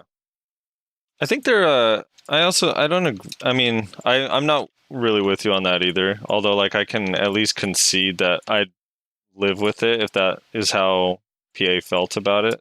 Like, if you're good at large scale, you don't need to be good at 1v1s. For me, the PvE, as long as you're good at some aspect of PvE and PvP, then it's fine. But I don't think Witch is that. I mean, I know it's hard in 1v1, but man, when you fight a good wizard or witch, it's like, it's not easy for a lot of classes. Yeah. I mean, it's like, actually kind of a hard matchup for a lot of people. Yeah, that's like, I mean, that's the thing, right? It's, you can say that Witch and Wizard is just bad, because it is, you know, if you want to put it in those terms, the worst 1v1 class in the game, but really, it's not like it's incapable of being good. It's just that you have to be a really good player to perform really well at it. I remember fighting a guy named Shiomizu on his wizard when I was playing warrior, and he was actually running circles around me because he was just insane at his rotation, at staying safe, at catching people. Dude was insane at 1v1s. That's like all he did. Another guy that was in the guild with me and Frosty a while back, Conquestus, kind of the same way. Like, dude's a wizard, but he's beaten a ton of people on wizard in 1v1s because he's good, and he just knows how to do it. So dude, I don't know nowadays, but back in the day, before the CC changes, he was so good. He was like embarrassing strikers, and he wasn't even geared. He was. Do you remember Punch Guy? Like, oh no, I don't think you got to meet. No, I don't think Punch Guy was in the guild when we joined. But yeah, he would like kill Punch Guy was like top fragging all the time and 1v1 constantly, and then Conquestus came along and was like, oh no, yeah, I could beat him. Moving on to the tier list video. Thanks for everybody who left a comment on the podcast episode. Make sure you leave one on this one as well. Tier list video, Rhino, whatever your name is. Sorry, you gotta tell me how to say that, brother. About the Tamer conversation. Yes, Tamer can do stuff with ult, but gotta know that just having ult is enough. When you fight guilds with gear, you need to use Tamer Absorb before you ult. It's not a horrible class for large scale because you can ult and then go flex. But then you're not really doing large scale if you do flexing by small scaling in a siege. So I would say that whenever you don't have ult plus absorb, Tamer is straight garbage in large scale. Unless fighting guilds with normal DP, then maybe you can make things work by just blasting people with 1 or 2 skills and getting away. Low end spots are quote unquote fine for Tamer. Mid tier are a bit rough, end game is fine. Yeah, I agree. I mean, I think like, I don't know what to make of ults, because it's seemingly like becoming more and more important that someone's ult is good, and that like seems to be their, like, that's all they are in large scale. It's like, oh, but your ult's good, you're good in large scale, you know? And I just don't know how to feel about that, really. I don't really love that premise too much myself, because the Tamer ult is really good. Actually, like, I don't know, yesterday was my first siege on Tamer, and I was really, really nervous going in, because I was like, dude, I'm going to play, this is going to be awful. Like, I'm like, 3 days on the class. I haven't really got to PvP too much because I had to get skill points. I only had like 1,600, and Tamer needs 1 billion. So it's going to be rough. And then I went in, and it started off really rough, and I ended up like actually doing pretty well. I was like 56 and 26. And I would say about 20, maybe 24, 25 of the kills were from alt, and I was getting fed alt by someone. Thank you, Ham, for that, by the way. Honorable mention. Good job, Ham. But I don't know. It's like weird like that. I don't think that makes it like great in large scale. Also, it's like such a gamble. There were definitely plenty of times where I went and ulted and then just got grappled, CC'd, or someone else happened to ult at the same time and killed me. Like that actually happened a few times where I start my ult and I'm like, I don't even see the animation come out and I die and I'm like, yeah, there goes my 100. And yeah, you need the pet absorption, which is a 5.5 minute cooldown. For it to do anything. So yeah, it's one of those things. I don't know. It's tough. It's tough to gauge. I don't think Tamer, I might have to change, like if we go back and do a video again in a month or two or whatever, I might have to change my feeling on Tamer a little bit, especially if they get any PvE buffs in PvE, yeah. Adrian Valco says at 520 which 4 classes. I went back to 520. Don't know what he's talking about. Think he may have linked the wrong timestamp. Sorry about that, brother.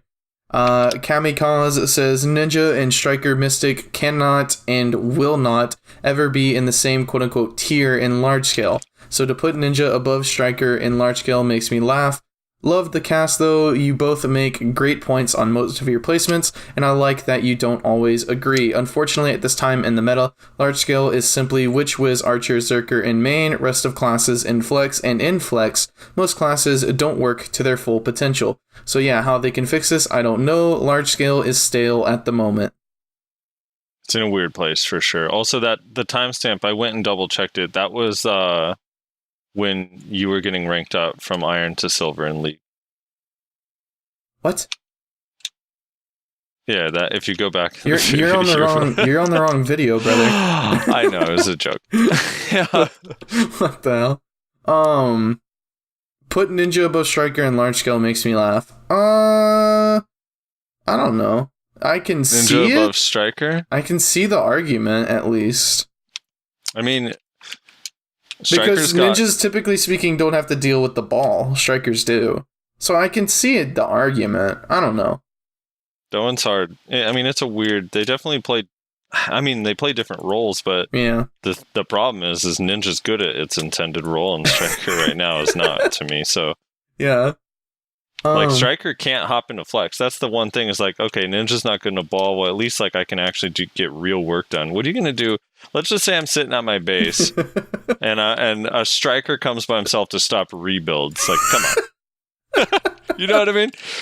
That's not going to happen. If it's invincible, then he'll annoy you for a while. It just ults, dude. Every 3 minutes, it takes out a supply depot. Zex Zero says, I enjoy the podcast and the chill background music. Hey, yeah, I listen to that shit all the time. That's a good fucking playlist right there.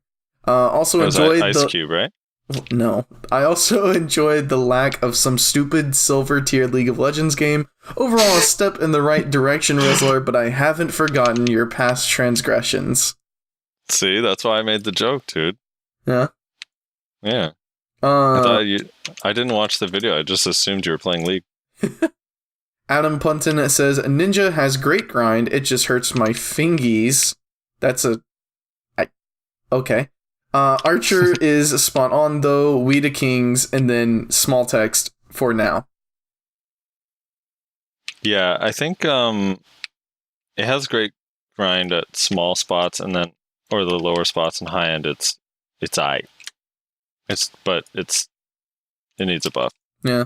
Like Wizard Witch now post buff are getting like Jackie said, 36 to 3700. Ninja's not getting that. Pablo G says, cool video. Classes change constantly and it's way too subjective to determine a ranking in my opinion. Playstyle, in-game activities, playtime available, personal goals, and taste all impact how quote-unquote good a certain class is to different people. I enjoyed this video though, thanks. Yeah, it's for fun. It's obviously a fun thing, and there's no way everyone's going to agree. Yeah. At all, so, yeah. I mean, even we didn't agree with, like, a good third of them. Omar Sameh says, a question about Min 4616 when he said, even as when I play my Mystic, I run into DKs that are 275, 281 just like everybody else, and they one combo me. What does one combo me mean? Like, they land a CC, and then they float me, and then they use a damaging ability, and then they refloat me, and then they use another damaging ability, and I'm dead. Yeah. I think he's misunderstanding. So he spelt one like WON. It's one like the number one. Like one singular combo is able to kill him, basically, is what he's saying. Oh, yeah, I don't say one shot. I think a lot of people say one shot when they are meaning one combo. I always say one combo. Yeah, it's really a problem, honestly. People say, it's kind of dude, weird. He one-shot me like all the time. Yeah, it's like, did he really? One shot implies one skill. Because unless it's like really unlikely. Unless it's like a choice ancient wave or like a Zethian reckless blow, I'm not sure if you got one shot. And even then, you must not have DP. Or a 220 AP ninja using Serpent. Yeah, or a 220 AP Serpent Ascension, basically. Sammy fucking... yeah, Sammy, tell me what that combo was. Like, it was Shadow Stomp and Serpent Ascension. Yeah, the 100 to 0. Okay, for context, right? So me and Frosty are fighting Sammy and our friend Sammy and our friend Azur. Sammy is a ninja, Azur is a wizard. We're playing trial characters, so it's equalized gear, practicing for the 2v2 BSL thing. And Frosty was going off about how broken Ninja is at soft cap if everybody else is soft cap, that it's extremely powerful, which I was being a baby for sure. I believe it is true. That being said, he was not letting up on it. He was relentless. Every single time he died, he started talking about it. The one time, and Sammy started laughing, dude. There was one combo. He literally CC'd me with Shadow Stomp, and then immediately moved over to me and used Serpent, and I was dead. And I was like, Sammy, you need to tell everyone right now what your combo just was. What was your full combo? And he was like dying laughing. He's like, it was just Shadow Stomp and Serpent. Holy shit, that was hilarious.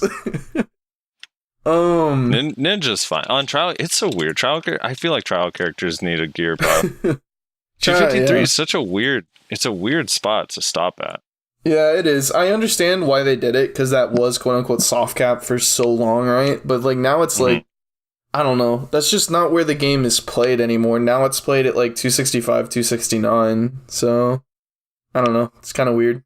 Toddy Thorson says, I'm back to BDO. JK won't touch it. Just checking you guys out. Glad you're doing well. Overall, a good tier list. Very similar to what I was under the impression 4 months ago before I quit. Only difference is Mystic seems to have been dethroned. Good idea about changing a tree to do more damage at the cost of DP, etc. On Tamer, you could have more weight at the cost of more stamina usage /S. Dude, I forgot. That's the coolest part about being a Tamer. So you have a weight passive. It's the most useless thing. 25 LT, dude.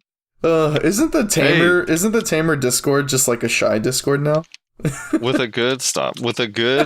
you have a good fairy, that 25 LT is actually 30. Oh my god. Nom Noms Freddy Kitty says OMG re. I'm guessing that's because we put Wizard kinda high. I don't know. Small Dick Stole Your Girl says Archer OP spread the word. Sphero says I think the Warrior conversation was pretty spot on. Good video across the board. Hey, I got you, Sphero. Look at that. Read your comment, brother. Came across him yesterday in game before the BSL. I was like, hey, did you watch the tier list video, by the way? He was like, dude, I left a comment. I was like, oh, well, my bad. I got you, brother. Marshall Cure says, my suggestion for a change to the game is to remove stamina altogether, lol. It would probably break some classes, but I don't care. I hate running out of stamina and being able to do nothing. It certainly would be fun. I don't know what you do about Musamewa. I think one of the funnest things they could do is have like RBF, but it would be like a weekly RBF where they just do stupid shit like remove stamina costs, remove mana costs, WP, MP, whatever. Reduce cooldowns, like increase damage, like, just like silly like shit to like just kind of make it more fun, I feel like a lot of games do that, and BDO is a game that would benefit a lot from that because it would what's the word I'm looking for? Appeal to like more casual people that are just playing the game for fun, Do you know how aggressive a Sork could be if it had no stamina?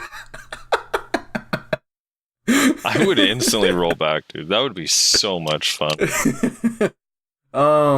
Danny Park says, kinda disagreed that Striker and Mystic are C for large scale as a warrior because they're the best frontline classes, but that just goes to show the state of frontline classes. No one can survive being in the front. Overall, I agreed with the tier list and appreciated your insight and reasoning. Yeah. Yeah, pretty much. Yeah. I mean, sure, I'll give you this. Striker and Mystic are way better frontline classes than Warrior and Valkyrie, and that title being a really good frontline class means you're on flex in the current state of the game. Holy fuck. Austin Lassiter says, kinda sad to see Valk above Warrior, although I guess all those bonus points from being a support class in Node Wars gives a rank up. No. Yeah, not, I mean, I wouldn't say... really. I mean, look, here's the thing. I don't think Valk is better than Warrior, especially like 1v1s. I think that a good Warrior is probably going to beat a Valk always. And in large scale... Warrior does technically have a little bit more protected movement. It's just that I think part of it is we're counting in PvE, and Valk's actually really good at the high-end spots in PvE too. Yeah. So Nyashi says, you know what I heard? 1v1 is important because it affects grind speed. If I kill you, your grind speed is 0, and mine is better, Keck. That's true. It's true. He says the tier for Meiwa is fine. Sadly, I just have a more positive outlook to encourage players to overcome the hurdles. I will say the grind is closer to Musa. We just suck at Manschwarms and Achman, that's it. History and Underwater brings?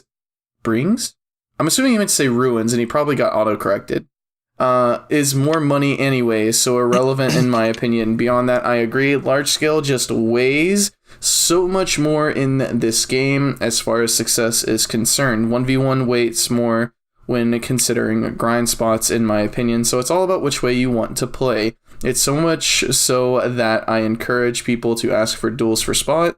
Sometimes I even offer duel for spot during my grind when someone comes over because I'm confident, but also to help break the grind up. I hate grinding. Yeah. Grinding sucks. Yeah. I love grinding.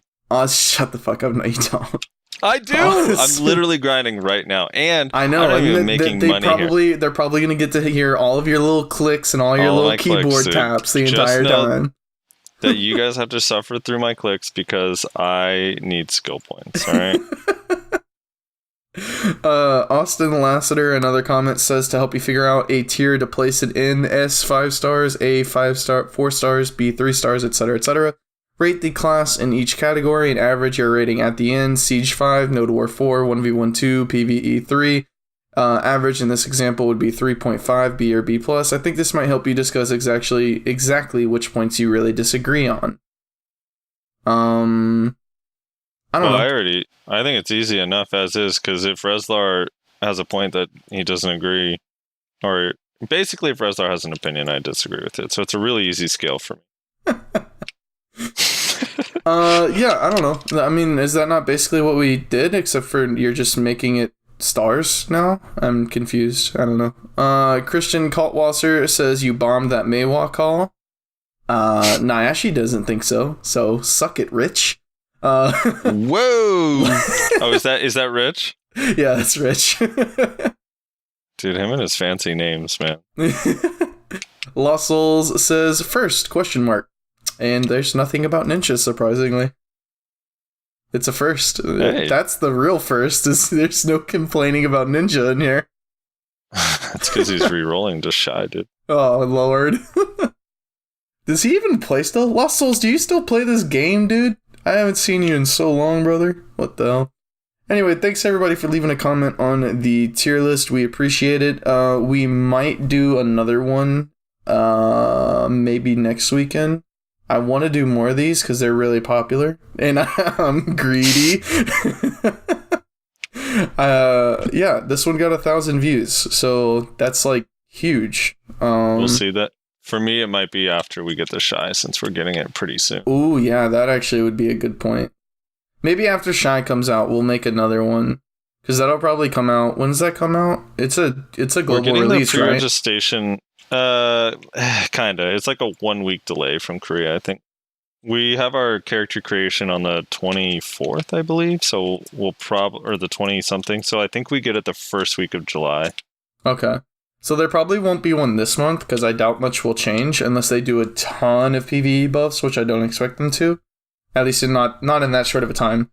So maybe at the end of next month, whenever people have time to figure Shai out and kind of figure out where it kind of sits, maybe we'll do another one of these. Who knows? But anyway, yeah, thanks everybody for leaving a comment. Moving on, we got more stuff we want to talk about, and it's already been over an hour and 45 minutes, so let's try and rush through this a little bit. Obviously, if you're watching the YouTube video, you've been watching some Shai gameplay, which is probably about to loop, because I think I only recorded about an hour and 50 minutes of content, so get ready for that loop to happen. But yeah, Shai's coming out. We got to talk about that, what it is, what it do, what it be, all that stuff. Frosty, what are your thoughts on it? Okay, or so what is it? What is it for the people that don't know? Let's start with what it is. It is... God, it's so hard to explain. I swear if this announcement came out in April, people would have thought it was like a really funny April Fool's joke because the way they describe it. So the Shai is a class. It's a support class that exclusively rides donkeys and specializes in life skills. It does sound like an April Fool's joke, doesn't it? I'm literally not making that up. Holy shit. It has a boomerang and a lantern. The boomerang is what it uses for its damaging abilities, of which it has very few in its current iteration with no awakening. And its lantern, it kind of waves and wiggles around for a bunch of support abilities, and it has a bunch of different cool ones. It is a small character with pointy ears. It's a so lolly. It's like a different race. It's a lolly. Shai. It's a squirrel. It's sorts. a lolly. Tamer mains are already getting ready to reroll. They're already buying their coupons. It's true. I was talking to Trollsies. I think if you're a tamer in the tamer community, you probably know Trollsies, and he's like so excited. But he also thinks so. All right, before we get to this, because I want to talk to you about this, because I've heard you say Bard a bunch of times, but I'll get to that in a second. But basically, it's a sport class. It has a bunch of healing buffs and debuff type skills, protected skills, like a protected area kind of thing that blocks projectiles, like very, very support heavy. So, which I actually think is cool. I like the idea of a support heavy class. I need to see what its awakening is going to be, because its pre-awaken kit is very limited. It doesn't have a whole lot of stuff. Speaking of flute, I actually saw something on Reddit today that someone said maybe its awakening could be like a flute. That would be kind of cool. And it would fit thematically if you think about it.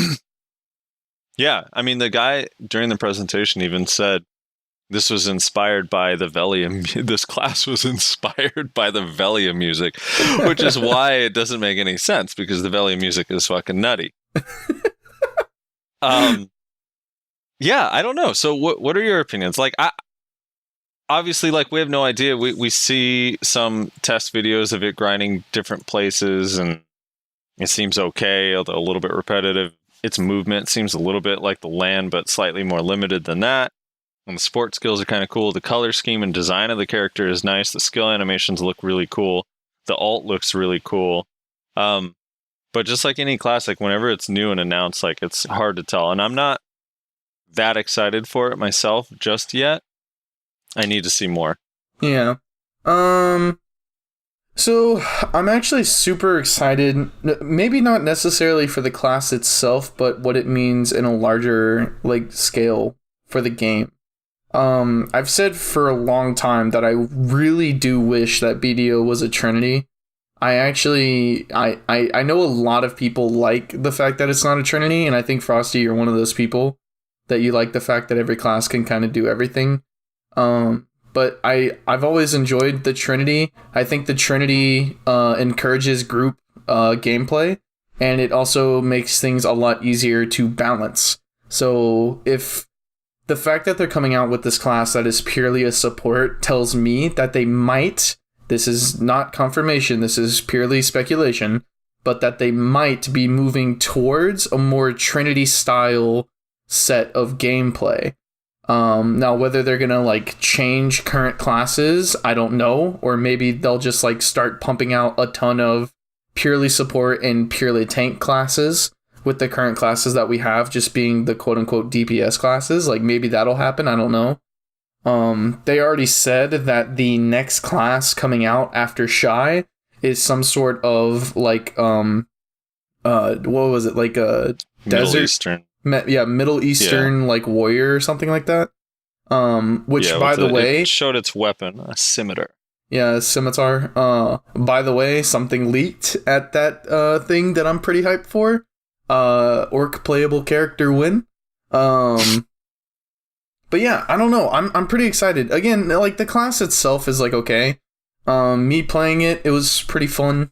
Definitely got a little repetitive after a while. I think I've gotten it up to like 30 something on the global test lab, and then I was like, all right, I'm actually just bored now. I'm done with this.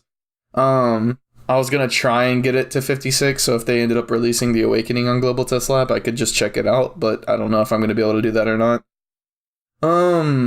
As a support, it seems really strong. I was talking to Mina about it, and like he was saying, like there's no way that its heal can be better than Witches and Wizards. I think it's just a different type of heal. So the heal that the Shai produces is it's, if I remember correctly from what I was reading, it's 200 HP every 5 seconds for a minute. And it has like, I think it had like a 2-minute cooldown or something like that, or like a minute 30. So it's almost like 100% uptime on it, basically. And it's like, that is a very interesting concept, right? Because it's no longer a burst heal that like, okay, you're not full health, now you're full health. Now it's like, here's this health over a longer period of time, which first of all, that is more useful in PvE, if you think about it, which is interesting, because that tells me that we might be getting more focus on PvE type stuff. If they're introducing this character that has a lot of PvE aspects, it can also aggro mobs and things like that, which is kind of interesting. But also maybe that might mean, again, purely speculation, that we might be seeing PA try to figure out how to make fights longer in like these large scale situations, because right now fights are so fast. You basically have 2 guilds just poking with their range skills, Witches and Wizards, then they PA, they dive, the second PA wears off, it's instant death. So the fact that we see this kind of class that has, and they specifically said that it's not for PvP, so I'm not convinced that that's what it's for. But I do think the PvE thing is quite likely, that we might be seeing an increase in, like, more, I almost want to say traditional PvE spots, which I'm kind of excited for, honestly. I know they said that they have the Altars of Blood. I'm still not sure what that is. It sounds like Savage Rift, except for you have to use the stupid fucking guns. That's right. What it sounds like anyway, but I haven't seen any gameplay of it yet. I haven't seen anybody do it yet. I don't know if you have, maybe. No, I don't think so. I don't think it's on Test Lab. I think the area is on Test Lab, but I don't know if you can actually activate it or start it or something. I'm not too sure. But yeah, I don't know. I'm less excited for the class and more excited as to what kind of direction the class is geared towards, because it's very not like BDO for this class to exist. So that's kind of exciting, honestly, to me. I mean, that part's cool. I just don't think it has anything to do with PvE. As weird as that sounds, like, I think it's literally just for group play and PvP. Just because, I don't know. I mean, there's nothing in the game where you'd need someone to heal you outside of maybe this new Ash Forest area, which sounds like it's going to be for 1 to 3 people, maybe max. Yeah. So, I mean, we'll see, I guess, with Ordalita, which is supposed to be the group PvE spot. And I think that's now not coming until winter. But, Yeah. I don't know. I mean, maybe. I think, like, I'm all cool with having support classes to help you in certain areas and there be more aspects of the game and different things you can do. I don't think the tank thing makes sense in our game. So maybe just having the classes as they are now with some support to help the ones that already exist are kind of cool. I just think the Trinity thing is like, I don't know, it's just kind of, it's tired. I don't know, I'm not a huge fan anymore. Yeah. I mean, I could definitely see that. I also hate having to wait for someone to do something. Like like I could literally find anyone that plays the game. There's thousands of people, but there's no tanks online right now. So now I can't do X, like, or something like that. Yeah. But I mean, who knows? I actually think the regen thing is going to be kind of cool in PvP because, and I doubt it stacks, but if you have a few Shais in your group, like let's say 4 or 5, and it hits your entire party, like that extra 200 HP on top of pots, on top of every class that already has their own like self heals or heal on hit, I do think it will help fights last a little bit longer, provided you don't get killed in one hit. Right. But I think does it have any DP buffs or anything? No, just AP. I think. Interesting. Yeah, it has it's like 10 AP buff for like 30 seconds or something that it has, I think. You had mentioned it started getting a little bit repetitive. Was that just because it's pre-awakening? Was like the same kind of felt repetitive on, like if you play a Mystic pre-awakening or a Striker, or is it like even less options than that? One of the things that I noticed right away with the pre-awakening is that it doesn't have nearly as many skills as other pre-awakenings. Essentially, if you took away the passives that are in the pre-awaken side of skills, the skill list would be about as long as an awakening skill list, actually. Like, not that much longer. So, With that being said, obviously you have a lot less skills to work with. And also, there weren't a lot of... actually, I don't think there were any flows whatsoever. So, you basically have... There's like 1, 2, 3, 4, 5, 6... 7, I think 7 attacks that you have, and then like 1, 2, 3, maybe 4 kind of like more support oriented abilities that you use. So like, I mean, obviously like that's not like, I mean, 7 attacks is quite a bit to rotate through, but when you consider that most classes like pre-awakenings have like fucking like 15 to 20 different things they can do. When you count like flows and all that other different shit, like that's just not a lot. So, yeah, I don't know. That being said, it was fun. I did enjoy it. It felt very nice. The like movements and stuff and everything. It felt fun to play. It's just, I don't know. I got kind of bored of it after a little while. And yeah, you can't ride horses. That's not a meme. Everybody thought it was a meme. It's not a meme. You can't ride horses. You have to ride donkeys. So that part is so weird to me. Is it, I know it like can actually sprint and instant excel or something. Is it like fast? So I was just riding the like base donkey that you get, like the very first one. And it was probably about as fast as like a tier 1 horse. So a tier 1 horse? Yeah, tier 1, tier 2. So maybe because I didn't have any gear on it or anything, right? And it also wasn't leveled up. So maybe if you like slap gear on it and you level it up and you have the capacity to get skills on it and train the skills on it, like maybe it can get up to like the speed of like a tier 4. I have a feeling they're going to introduce like tiered donkeys though. I mean, that just seems like the easiest way to do it, TBH. Yeah, because in the video, it showed the donkey like sprint its instant excel. It looked more like a T6 kind of speed.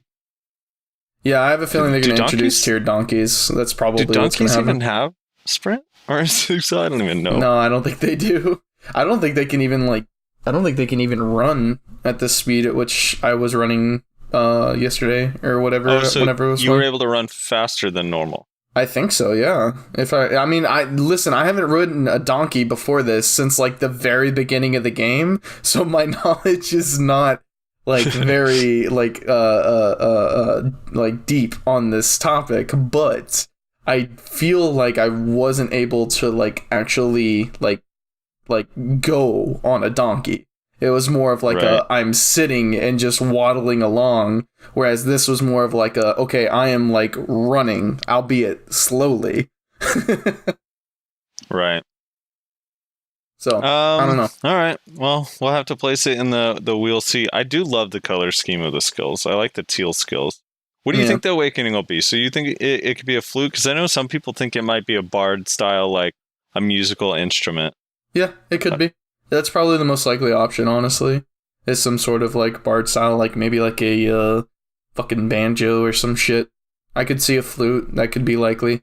I feel like it would be more likely to be a fucking banjo, ukulele, whatever the fuck you want to call, whatever it would have. Because I remember somebody in that same Reddit thread where somebody brought up the flute, they brought up the fact that most classes pre-awakening and awakening, generally speaking, tend to share the same type of damage. And if they were to give her awakening a flute, it would have to be like magic or, ranged, probably magic. And her pre-awakening is physical. It's ranged. So that just wouldn't make a lot of sense. So I don't know. We'll have to see. It'll be interesting. Yeah. Well, I mean, ranger is ranged, and some of theirs are still melee skill. Yeah, absolutely. Like it's not always a 1-to-1 comparison, but for most classes. It's so fucking weird. What if the weird off chance, because they didn't even mention it.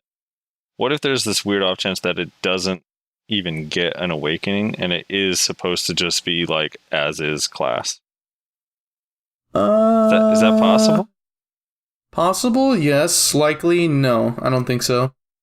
I think that they're too ingrained in the formula they have now to change it that much. Like, everybody just, like, expects there to be an awakening. And also the fact that people are already talking about it and Perlibus hasn't already came out and said, like, no, we don't plan on giving this class an awakening. Like, she is what she is. She's an adventurer. She's a support, like, whatever. Like, that kind of makes me think that they already have an awakening, like, in the works, if not already, like, fully completed, honestly. Right. All right, so let me see. Should I run down this, like, list of stuff? Yeah, let's, we're like 2 hours in-ish, so let's rapid fire all this shit real quick. All right, I'm gonna rapid fire. We're gonna go over all the other, like, new things that they talked about at the little event, the Heidel Ball or whatever it was called. We'll do each of our quick takes. Better interaction. You'll be able to interact with NPCs while mounted. No one cares. Thoughts? That is fucking awesome. You are so wrong. That is like, first of all, it should have been in the game when it launched, but it is so amazing. You'll be able to use your maids, your edit UI, and interact with NPCs. It's going to be amazing. Yeah, edit UI is about the only thing that I really care about in that list of things. Not selling or repairing. You can literally just get on your horse, go to the repair dude. Oh my god, it takes like 1 second to press R. Oh my god, it's tedious. Get off your horse. It doesn't. Right. Wait, why are you complaining? Oh my god. You millennials, man, you're killing me. Enhancing and stacks. So they had this whole like preamble, but it really ended up the only thing they actually announced is that they're going to buff the 20 stacks you get for using Dragon Scale Fossil in the to be updated Shuriken to 40 stacks. Now, I feel like this means Shuriken Necropolis is also going to get a buff. They didn't say it explicitly, but they did say they're rebalancing a bunch of the areas, so maybe. Yeah. But anyway, so the Dragon Scale Fossils instantly sold out on NA with like 10k pre-orders on it whenever he said that. are going to get you 40 stacks, which I think is freaking awesome. Now, if it costs twice as many, then it's I don't kind know. of pointless, yeah. Yeah, then it's not as cool, but the idea of getting 40 stacks in that way is pretty cool because 40 stacks are tedious to make from scratch. Which actually... Sorry, go ahead. No, that was it. Side note to that whole thing, I found it very interesting how they were talking about how they were kind of canceling slash delaying Ordolita. And basically the reason they were giving was like, we don't want to release a region that like nobody really goes to or whatever, was kind of like the gist of what they said. And I thought that was kind of interesting because that's basically what Dragon is. Like, nobody gives a fuck about Dragon except for Garmoth, which even then most players don't care about because it's such an annoying cunt to fight. So I found that kind of interesting that, again, kind of taking the game and moving it into a different direction. Instead of being like, we gotta pump out new content, they decided to kind of take a step back and go, okay, maybe instead of releasing another area that either nobody's going to give a fuck about or everybody's going to move to so that nobody gives a fuck about the old area, why don't we try to fix some of the shit that we already have out? Hence the Fadus buff, hence the Dragon Scale buff. I don't know, just kind of interesting. I like this direction that they're taking. Yeah, although Blood Wolves is sleeper good. The other two spots are bad. It is. I don't agree with that whatsoever. Blood Wolves is actually amazing. I've done so many guild quests there, and I just don't see how anybody can say that. If you actually like break it down, I mean, obviously it's not History of Akhman, but it doesn't require that kind of AP. But Blood Wolves is way better than Bandits is right now, and better than Fogans, and better than Nagas. I can maybe see that, yeah. Right. But those spots, like, that's for a different crowd, right? Like, we're not there anymore, obviously, but Yeah. Blood Wolves is good. But Shuriken, like, needs to be as good as Mansham's, in my opinion. Yeah. And Shira, I don't know. Shira's like one of those weird, it's a really low tier spot, so I'm not really sure what to do there. It's a really low tier spot that gives one of the best rings in the game right now. Yeah, but Blood Wolves gives the same ring. No, it doesn't. Does it? Yeah, it does. It drops Eye of the Ruins. They patched that in, like, Oh, while back. really? That's nice. Yeah. All right, so let's see. Class balance, they said they didn't really say anything on class balance too much, except that they're going to keep working on it. They said, I do love this. Additionally, based on Korea, out of the top 100 adventures with the highest gear score, 41 of them are mystics. There are 6 dark knights. They could be this popular because mystics are that amazing, looks great, or versatile. However, the fact that many of the top adventurers with the best gear and control play them could have been the reason why they felt like they had a huge impact or even bigger. Class balance always sways. They were trying to like, here's the stat. This was already patched, but to share a fun bit of statistics with you all about Mystics, the KD ratio of Mystics this year out of the 17 classes was at around 7th to 10th place. This ranking was similar across all regions. So basically, stop crying about Mystics. They're not that bad. Moving on. They were popular, and I think they still are because of the PvE. I really think, actually, that there's going to be a lot less Mystics because of the PvE changes. Because there's some people that rerolled to grind, and then they were just like, you know what? I'll just main it. Fuck it. And there's going to be a lot less of those if they can play the class they actually want to play and still be efficient. See, that statistic was interesting, though, because is that an indicator at how good or bad the class is? Like, I'm not convinced that that's the case. I think that the less people you have in BDO, the better, because the people that play sort of the fringe classes, like Tamer and Meiwa and that kind of stuff, are usually players that are really fucking good at those classes and will probably manage to get way higher KDs. Right. Sure. I mean, like, sure, like the high end or the bottom end. I mean, fuck. Let's be honest, though. If you were to remove, let's say they remove tier 1 and 2 node wars out of the equation entirely, Mystic would probably drop, not go up. Well, I mean, pretty much everybody that's not Witch Wizard, Archer, or Zerker would go down significantly. Anyway, I don't have any problem with, like, I'm not saying Mystic's weak. I'm just saying it's just, I think there is a point to be made that, like, if everyone is a Mystic, it's gonna suck when you die to Mystics. Like, that's what you experience, kind of thing. I don't know. We'll see. Yeah. All right. Let's see. The next under development. So Ordolita. So one of the other things they said also is that Ordolita originally was going to be like a new grind spot with like a couple quests, but instead it's going to be this massive region. So, yeah, it got moved back to winter. And we got Star's End in its place to help hold us over for a little while with new story quests and stuff. So, yeah. And then Star's End's also going to get a new accessory coming up here soon. Let's see. Territory war and platoon subjugation. Territory war got canceled. Rezlar got his wish. Hey, what up, it's your boy? Sad. Yeah, so they basically gave up on that. And then the platoon subjugation was, I don't know if people remember, but you could basically send your alts to nodes and they would grind out some of the rare accessories and stuff there. It also says like that is very low on their list of priorities of stuff to do. They didn't feel like it was super impactful and like whatever. So I actually think Dark Rifts kind of replaced the need for that anyway. Because remember, accessories were so hard to get. I think that's why it was going to even be a thing. Yeah. As far as the territory war thing goes, I personally feel like you just don't have enough players, like honestly, that would do that type of content for that big of a fight. I think your territory war can still exist. Maybe just make it like the desert is such a huge place and it's also such a cancerous place to fight. Maybe make it like a Calpheon versus like Serendia and Balanos type thing.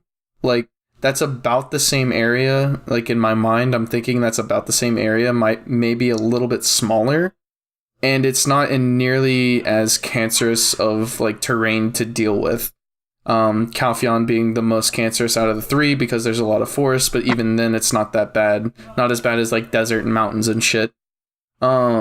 So yeah, I don't know. I don't mind the idea of territory war. Like it sounds like it could be fun. I just don't know if like having it in two of the most cancerous places to fight in, Medaya and Valencia, was the right idea. Yeah. Hell, maybe even just make it like a Balanos v Serendia thing. Like that would actually be kind of cool. Yeah, I don't know. I think there's enough people. It's just I don't think if it's not fun and if it doesn't reward you, then on week 2 and 3, there's not going to be enough people at all. I mean, I don't know. It was kind of pie in the sky. It's also my issue with it in general. Even if it ended up being really fun, is like it would probably be so laggy. Yeah, because everyone would have to be on the same server to fight, and like you've seen how that is on sieges when there's like 15 built. It's crazy. Which, on one hand, they did say that they were going to work on fixing like issues with the game, and desync, brother, let me tell you, is one of the biggest issues with this game. Desync, server lag, things like that, at least on NA side of things, is really bad. Especially as of lately, it feels like the servers are like going down the shitter, TBH lately. They've openly expressed they're having issues with the servers lately. Yeah, so hopefully they fix that. I don't know. They said they were going to fix issues with the game, and my mind instantly went to like desync, and then they listed a bunch of shit that is not desync, and I was kind of like, oh, well, hopefully they get to there eventually. Yeah, I don't know what they can do about desync. I mean, I'm not a developer, but I think it's hard. I think it's harder than just like. Oh, I'm sure it's a very difficult problem to tackle, but I just want them to acknowledge that it's a problem and say that they're working towards a fix. I'm not expecting like a fix, like even within this year, honestly. Like it's probably going to take longer than Korea. They're in Korea, man. In Korea, they don't have that issue. Yeah, because they're all packed within a fucking country the size of goddamn Montana. Move to California. It'll be fine. All right. Summer update. You all wait along. What is this one? The major topics talking about dividing into life, hunting grounds, improvements for war, new contents. Let's see, life skill balance rework. Just the gist of this, there's going to be life skill reworks available. This is on top of Manos. So we don't have Manos yet. We're going to be getting Manos this month. But on top of that, they're going to try to bring life skill value up to be more competitive with grinding, and they want every life skill to have the potential to make roughly the same amount of money. So you could basically do the life skills you actually enjoy to make money. And I think is good one of the bigger things was like whenever you're doing your life skill, your rank in your life skill is going to increase your shit that you get in like return, I guess. Which is interesting and makes sense for things like gathering, but don't make sense for things like horse training. Like, how does that work exactly? I'm unsure, but that's kind of an interesting thing. Maybe you get free carrots. Free carrots. Oh, and they also, I don't know if this is in that list, but I do find this interesting. They also said that they're going to do like combination life skills, which I don't even life skill, and even I find that kind of interesting. Yeah. Like, that seems like it could be actually a really interesting system. And the example they gave was if you do a lot of farming and you do a lot of fishing, you might be able to do like a fucking fish camp or some shit. I forget what they called it exactly, but basically farm fish. Like, I don't know. It's kind of interesting. Fish farm. Yeah, sure. A hatchery. Hatchery. Yeah, that's what they said. Yeah. So life content is difficult to. So there's another portion on the life skill thing, which I thought this is kind of cool, like some of these ideas. But they said just to tell you some topics: creating ocean breeze effects or other effects that may affect fish in the area. Fishing guru and farming guru being able to build farms, ranches, and plantations. Life skill linked to sea minigames that can be played in taverns, and other new play patterns, and reworking Imperial craft delivery with Imperial delivery by integrating them to increase overall profit are currently under discussion. Along with defeating monsters, we will improve on life skill contents to make it a bigger part of Black Desert. So that part's cool. Yeah, it sounds like basically they finally realized that the only thing to do in this fucking game is to PvP. And that everything you do that's not PvP is just to benefit your PvP. So they're trying to give more content that's not PvE, that's actually fun. No one shares that opinion, okay? I think a lot of people share that opinion. Some people actually like grinding, dude. Oh, I think... Garmoth's in 10 minutes. Oh, damn, is it really? Alright, we gotta wrap this up then. Let's go. Yeah. Keep going.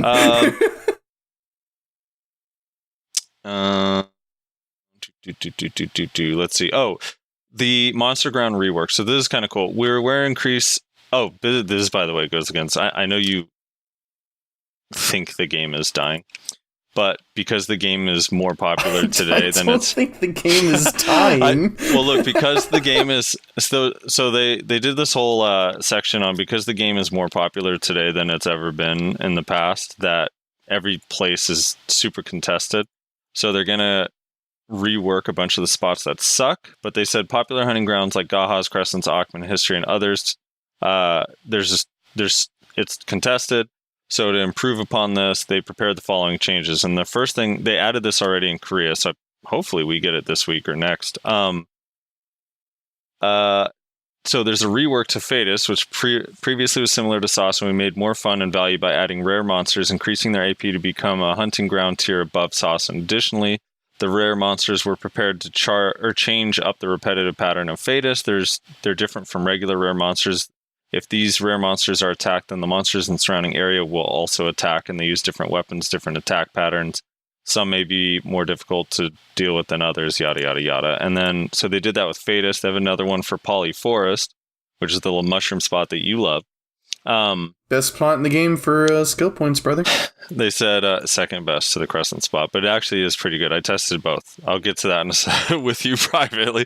Continuing on, we're going to rework Polly's Forest. This is probably a location that was long avoided by our adventurers. Polly's Forest will be completely changed from being similar to Helms to more like Gahaz, which is cool. And there isn't enough room in Gahaz and Crescents to share between everyone there. We'll make Polyforest a good alternative. The hunting ground difficulty and item drops will be adjusted. Additionally, treasure mushroom boss monsters will appear. When you defeat this monster, your character will become more powerful, which is kind of interesting. And then Ash Tree Forest, this is the one that everyone saw, and there's a million memes. It's a new spot that requires 310 AP and 400 DP. Yeah, so good luck. Yeah, nobody's gonna grind there. But they did say it's a spot that they want people to explore with their friends. So yeah, which although it doesn't explicitly state it, kind of hints at the idea that it might be a Mirumok like type of spot. But who knows? Yeah. It's fucking Prolobis.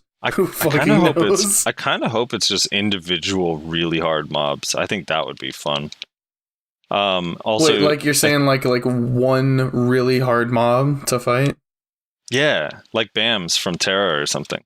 Yeah, that actually would be kind of cool, actually. That would be interesting. Yeah. If it was like a mini boss fight, like every mob, and it dropped like a huge amount of... Either a huge amount of trash or like one trash that sells for an absolute fuckload. Yeah, and make it like... you go with 2 or 3 people, not a full party where it's like crowded. You just go with like 2 or 3. I think that'd be fun as hell. Yeah, that actually would be cool. And then Conquest War rework, that kind of ties into the territory wars. They said they're just going to focus on trying to make Node War and Siege better.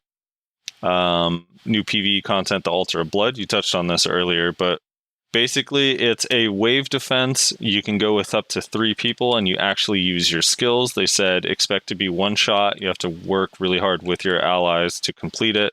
They said internally when they were testing it that they saw emotions on their dev team ranging from having a ton of fun to being super frustrated, that it's really hard and actually requires a lot of coordination, and that people were getting mad at each other when they made mistakes, and that it was like really addicting, and that people loved it. So we'll see. Yeah, so it's basically what's his name should have been. The Savage Rift. Yeah, it's what Savage Rift should have been, except Savage Rift, they make you use a stupid rifle, which nobody wants to use, it's not fun. And it's also like incredibly easy once you figure out what you have to do. Right, with the walls. Like removing build, like for me, I just would love like a wave defense with no building, no items, you just use your skills. So hopefully that's what it is. Yeah. Fuck all the building and all that stuff. Or if it is, like, I don't mind the building. What I hated the most about Savage Rift was the fact that you had to get in the flame tower and watches. Mm-hmm. Like, why? Like, that is the most boring part. That's even more boring than grinding in circles for 12 hours.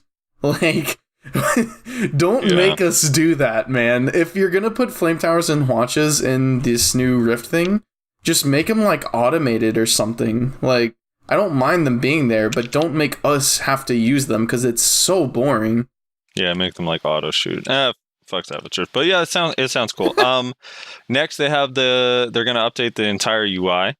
And they said this, so I know people like you that hate when PC games use console UI, but they basically said that they're gonna steal a lot of the ideas from the console UI and just use one UI across all platforms, because it's really, really, really hard to develop multiple UIs and keep everything working, and that it'll improve development time if everything is just the same. So we're going to get the new UI. My time on BDO is limited is basically what that tells me. For me personally, the console UI looks way better than PC, so I'm all for it. I actually don't know what it looks like, so I can't really judge it. Well, I watch Tim Allen stream 10 hours a day, so I know. Well, he's back on PC now. He hosted the podcast last night, didn't he? Oh, I think so. Yeah, I saw people talking about it. I didn't get to see it yet. And then the Shai skills, Shai support, Shai life skills stuff. That's kind of new. We talked about that. The Great Expedition, they added a bunch of new sea stuff. There's like new islands. There's more ocean content. Looks like there's going to be a new boat mechanics. You can hire crew for your boat to man your guns and stuff like that. And maybe boat skins and a new frigate type thing. And yeah, and there's the new mechanic, the winds. So now when you're sailing, even your speed at which you sail is going to be RNG. So that's interesting. That's actually more realistic, so I'm cool with that. If you enjoy Sam, dude, all right, so you know Bro Side and Sam, right? Yeah. We were watching this event together, and like the sea stuff didn't happen till way at the end, because it was after all of that stuff. He was like dead quiet the whole time, right? Like during the Shai announcement, we're all talking and like, oh, that's interesting, that's weird, what the hell is this? This is dumb, this is cool. And then out of nowhere, the sea stuff, and he goes, fuck yeah, it's about time. He was like so excited for the sea stuff, dude. I was like, oh my god, that's hilarious.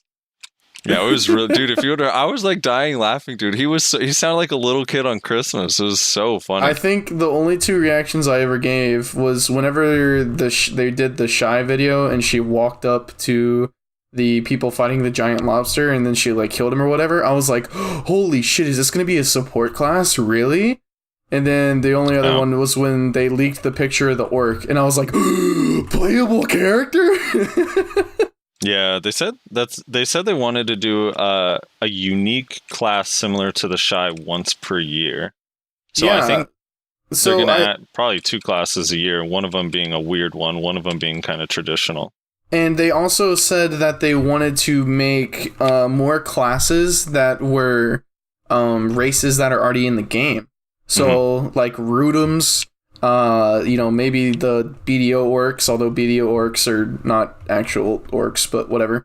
Maybe we'll see Fadu as a playable race at some point. That would be kind of interesting. I don't know. There's a lot of stuff they could do.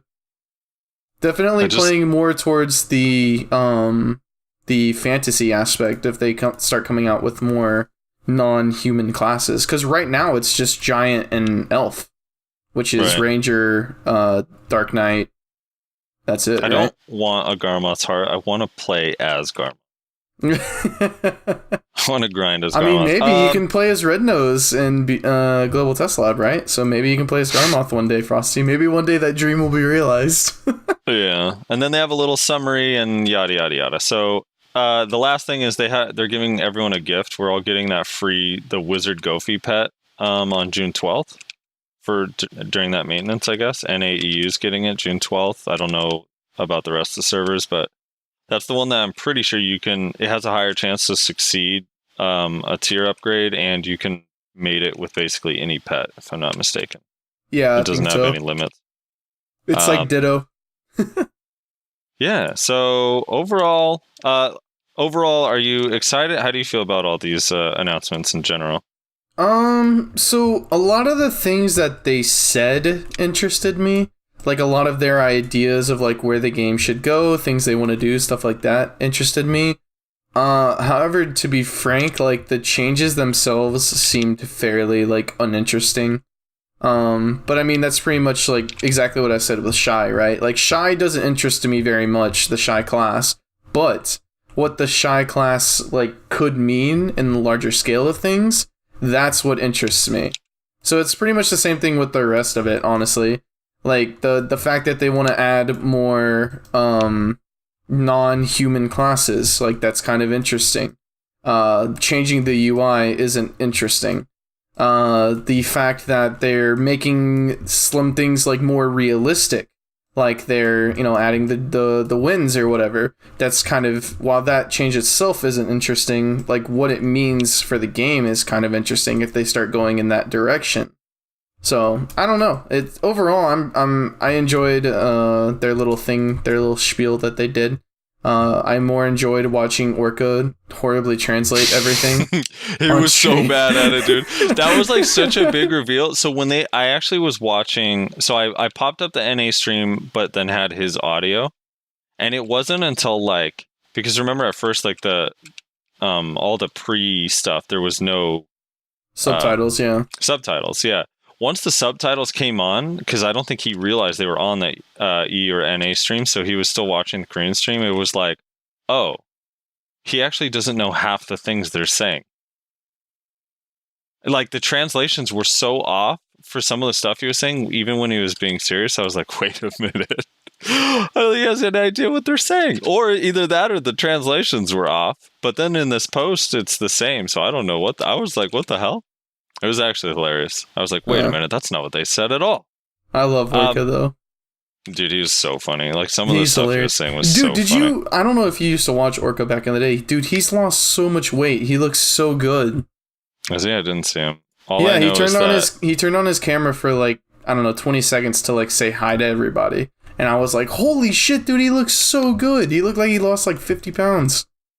Nice. Yeah, that's what quitting BDO will do to you, kids. Lose 50 pounds today. Quit BDO. He said they were handing out BDO or the Black Spirit butt plugs. Yeah, the Black Spirit butt plugs, dude. Oh my god, dude, that shit was funny. Yeah, dude, I'm fucking excited, man. As someone that actually enjoys the grinding, I enjoy the grind spots. I'm excited about the Fadus rework, the Polyforest rework, the Ash Tree Forest thing sounds cool. I'm excited that Ordalita is going to actually be a major new area with new quests, new grind spots, and everything. I'm excited to just have new classes in game. It's one of the things I like about this game is that they keep adding new classes, and for the most part, they're very different than all the other classes. So yeah, I'm fucking excited, man. A lot of the stuff, especially the quality of life stuff that I know, you shouldn't be excited about, but the fact that they're still working on that stuff, we've gotten so much quality of life stuff, just the mount talking. I know you didn't care, but dude, the mount talking thing is so nice, and the fact that they're not forgetting about the little stuff that matters, I think is kind of cool. But on top of that, we've gotten so much content recently Especially like Korea obviously has had some of the stuff for a while, but the fact that we're getting all the Mano stuff, the Star's End, Kreia Ruins area, and then we're going to get Ash Tree Forest, they said, within the next month. We're going to get that Altar of whatever within the next month or two. I don't know, man. It's just like a lot of stuff for a game that's already 5 years old. So I'm actually kind of excited. Yeah, well, they got WoW Classic to compete with, so they got to kick it up into overdrive. Yeah, video killer is what I call it. Classic video killer. Video killer, brother. Yeah. Yeah, so outside of that, I think we're good. Yeah. Yeah, we're done. Garmouth is spawning. Do what you gotta say to the peoples, and then we'll end it. Yeah. Let's get comments on that. We had so many comments on the last post, and part of it was the video was out for a long time, and we did 2 videos, so the comment section was super long. But that was awesome. So leave comments. We love interacting with that and reading those and hearing your feedback, whether you like us, hate us, agree, disagree. It's always fun. I enjoy debating with you guys. Piotr, I apologize. I keep targeting you. I'm going to roll Archer soon here, and then I'll be on your side. I don't want them to get nerfed. And that's it, man. Yeah, just leave comments, like, subscribe, all the usual stuff. Tell your friends, share the podcast in different Discords and all that. Thanks again to JackieFelix for coming on. We appreciate it. He's a super, super smart wizard that actually tests stuff out and tries to optimize what he does. So if you haven't seen his YouTube, check it out. He has a million guides. And now that Wizard Witch is a lot stronger, might be, if you were avoiding the class before, it's probably really fun now. Yep. So those links will be down in the description. His Twitch and his... What is this dude doing? This dude's wigging out. His Twitch and his YouTube channel will be down in the description. So if you want to check out JackieFelix and things that he does, they'll be down there for ease of access. Thanks again to Jackie for hanging out with us for a little bit. Although I wish he could have hung out with us for the whole time, but he said he had to leave, so he had to go. Yeah. He's actually in Australia, I believe. So for him, it's like a different time. Who knows? Wait, is he actually? He lives in Australia? He lives in Australia, yeah. Oh, interesting. I didn't know that. Yeah, so... I know. When I was asking him what time, I was like, oh, yeah, we usually do 11 a.m. Does that work for you? He's like, yeah, I think I could do it. Maybe, let me see. And I was like, what time is that for you? He said 3 a.m. or something. I was like, yeah, no. We could do later. And so he actually was like just waking up, I think, when we did it. Oh, yeah, so he probably had to go to work. Oh, yeah, it's a weekday, too. Yeah, I think, anyway. I don't know. Yeah, it's Monday. Time-traveling Australians freak me out. I don't know, it's weird. But, yeah, thanks again, everybody, for watching. Make sure to leave a comment letting us know your thoughts on all the different things we talked about. And, yeah, we'll catch you guys in the next episode. See you around.